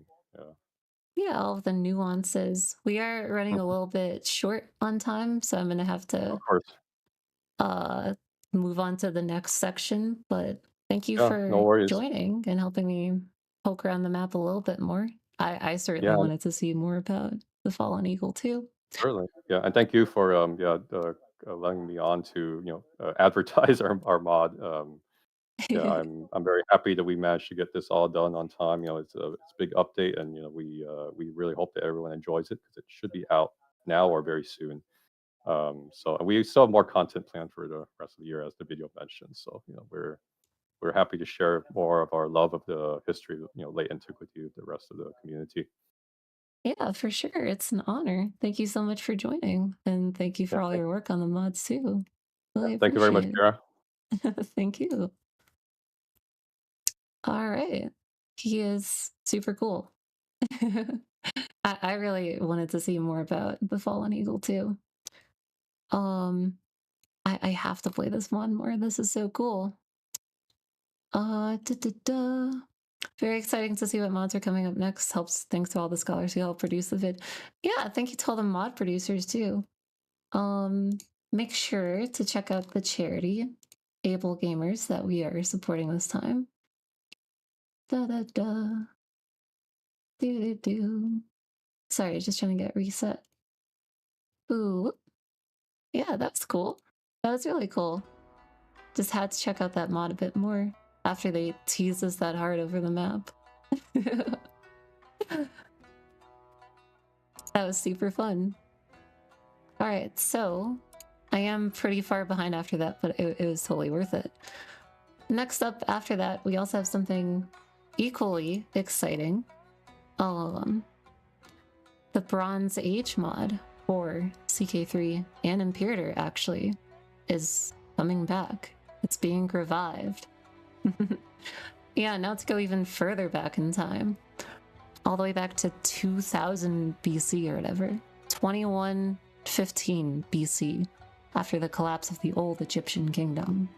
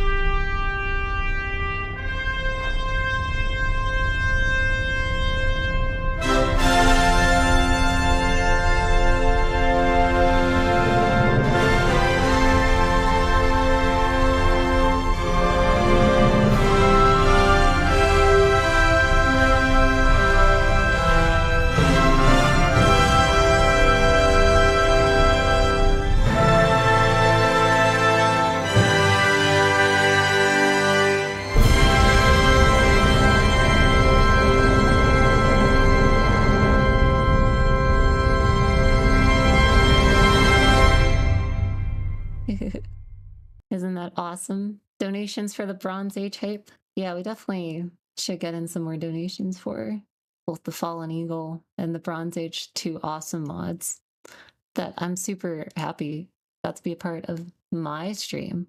Me. We are raising money for the able gamers. We raised over $1,000 this stream. That's so cool. Plus the money that Paradox is adding to match the donations from last time. So yeah, let's get as many donations as we can. Also make sure to submit ideas to the Blind Modders Challenge event so that y'all can vote on which one you like the most with Snap to pass off to those modders, and then they'll have 2 hours each to work on their part of the mod. Oh yeah, 20, is that pounds? Euros? Thank you for the donation to Able Gamers. It's for a fantastic cause. Grand. I don't know what that means, but grand. But yeah, Able Gamers is a great charity. They do great things by providing accessibility to disabled gamers. Are y'all in the chat excited? What the hell does grand mean? I have no idea what that means, but I guess I'm excited for the grand. Grand. All right, I guess we finally have Hang on, let me pull up the thingy one more time. Boo. Now finally, we have the Lord of the Rings mod. Technically, this mod is the furthest back one in history, since according to Tolkien, Lord of the Rings was like a prehistory to our history, and then the human era started, and that's where all of our history came from. Lord of Rings. Gron for able gamers. What does Grod mean? The battering ram from Lord of the Rings? Oh. Yeah, I'm not too familiar with Lord of the Rings, honestly. It's the chant for the Lord of the Rings battering ram. Okay, that's funny. Grand. Hell yeah, it's Tolkien time. Long have we journeyed to reach this point. Across rivers and sun-scorched wastes, we now embark on a new stage of the journey. Underground halls and ancient lands call to us, awaiting reclamation. But we are not the only ones with our eyes set on such prizes. In the desolation, there are dark things lurking, dread and terrible.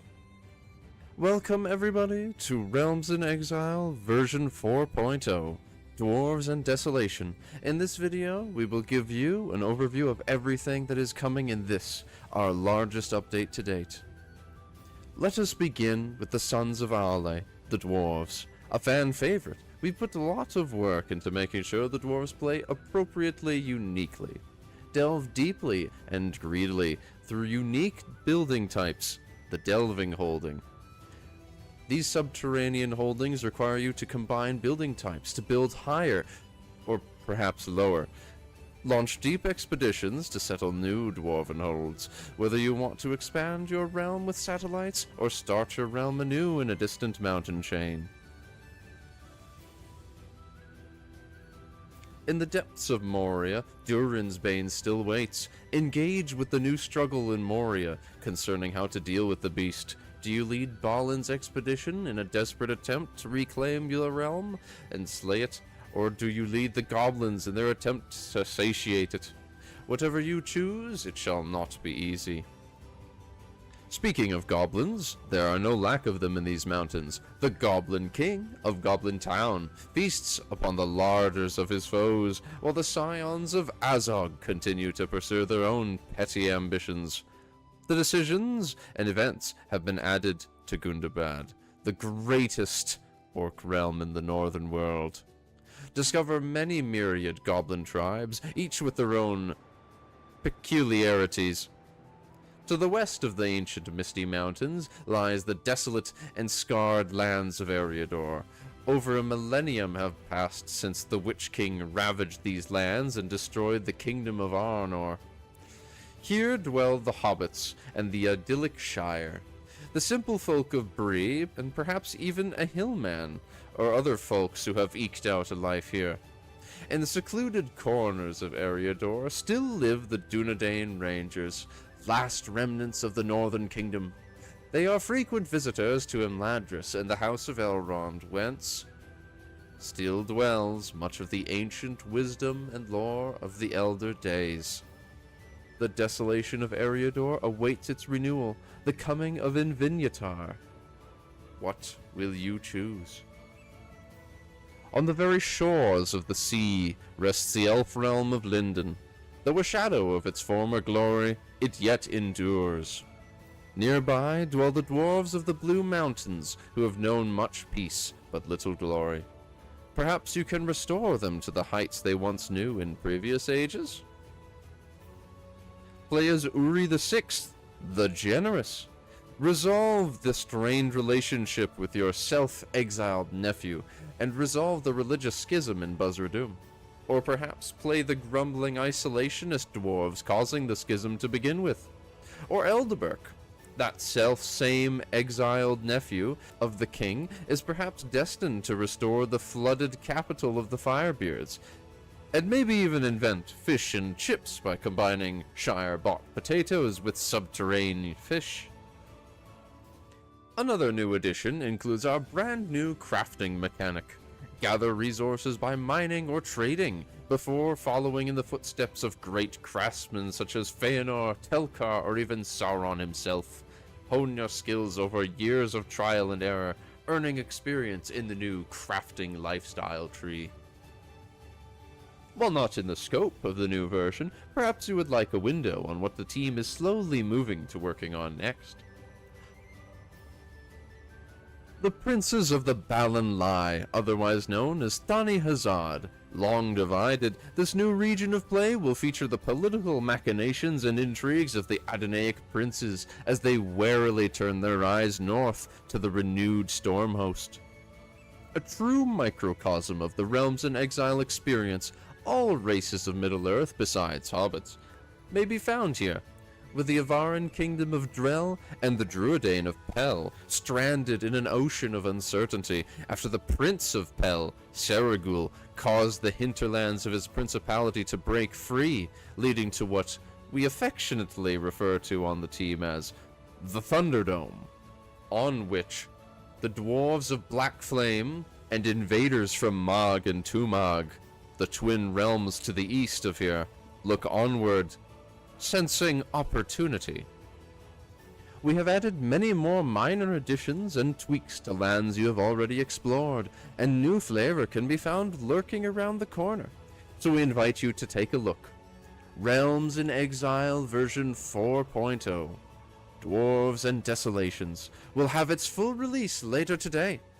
We hope you all enjoy returning to Middle-earth, and we look forward to continuing down the road with you, all for years to come. Thank you all for watching, and on behalf of the Realms in Exile team, we all hope to see you next time. The Thunderdome. I can tell that y'all in the chat were super excited for that one. This Lord of the Rings mod is so cool. I'm happy to see all of the people in the chat here too who contributed to the mod also joining. Oh, this is the close-up one. Everyone's so happy to see the Realms of Exile one. Yeah, that mod's so cool. That is so cool. Now you can play as dwarves and hobbits, brand new mining and crafting system, including all the canon areas. That's a big update. That is a big update. That is super cool. Grand. I love y'all. This has been such a fantastic stream. Can we get some more donations for Able Gamers charity for Lord of the Rings? For the Grand. Dwarf. I've actually played all the last 3 mods presented. I have to too. The map looks beautiful. The 7 dominions finally. Yeah, that's cool. There's an update 6 minutes ago. Yo, the Darkest Light 77 donated $250 to Able Gamers. That is a big grand donation. Oh my goodness. Thank you so much. It's going to a great charity for a good cause, helping disabled gamers and providing accessibility and stuff. That is awesome. Raised $1,300 for the stream. That is fantastic. Thank you guys so much. Realms in Exile video one. Yeah, I have to now, for sure. That's what I'm talking about. You can play as Saruman. Ooh, I'll have to try it out. So yeah, that's all of the thingies that we have to cover this stream. Thank you all. Ooh, Cairo, an extra 20 for Able Gamers. Hell yeah. That's 1333. 1333. That is a nice even number. Let's just quickly go over. Let me pull up the image. Yeah, so that was our day 1 of ModCon. Don't forget that we also have the 2 modding events going on too. We have the mod jam, and then we also have the blind modding event too, which you can still submit ideas for, I believe. Yeah, and then can someone donate 73 cents or 33 cents for all the extra 3s? Good stuff today. Yeah, that was awesome. Plus the money that Paradox is matching. That should be 8,000 or something, close to it. Pretty good. Pretty good. I was hoping we'd be able to get to 10K for the whole weekend. Looks like we're already getting really close to that. Might overshoot that. Alright, so yeah, make sure to submit your themes to the blind mods. Just to go over the rest of the week. Once again, ModCon Day 2 tomorrow is going to be hosted by Snap. So make sure to head over to Snap's channel to check that out. And then Day 3 is going to be split between Zieli for part 1 of Day 3 and Ottawa for part 2 of Day 3. This is going to be a really fun weekend. I'm super happy that I got to host the first part of it. It's been a blast. Thank you all for having me for Day 1 of ModCon. Super happy about all the donations we were able to raise for the Able Gamers. That was awesome. So excited for tomorrow already. I am too. I am too. This is a blast. Thank you all so much for being here. I'm gonna go now. I hope y'all have a wonderful day. Da, da, da, da, da.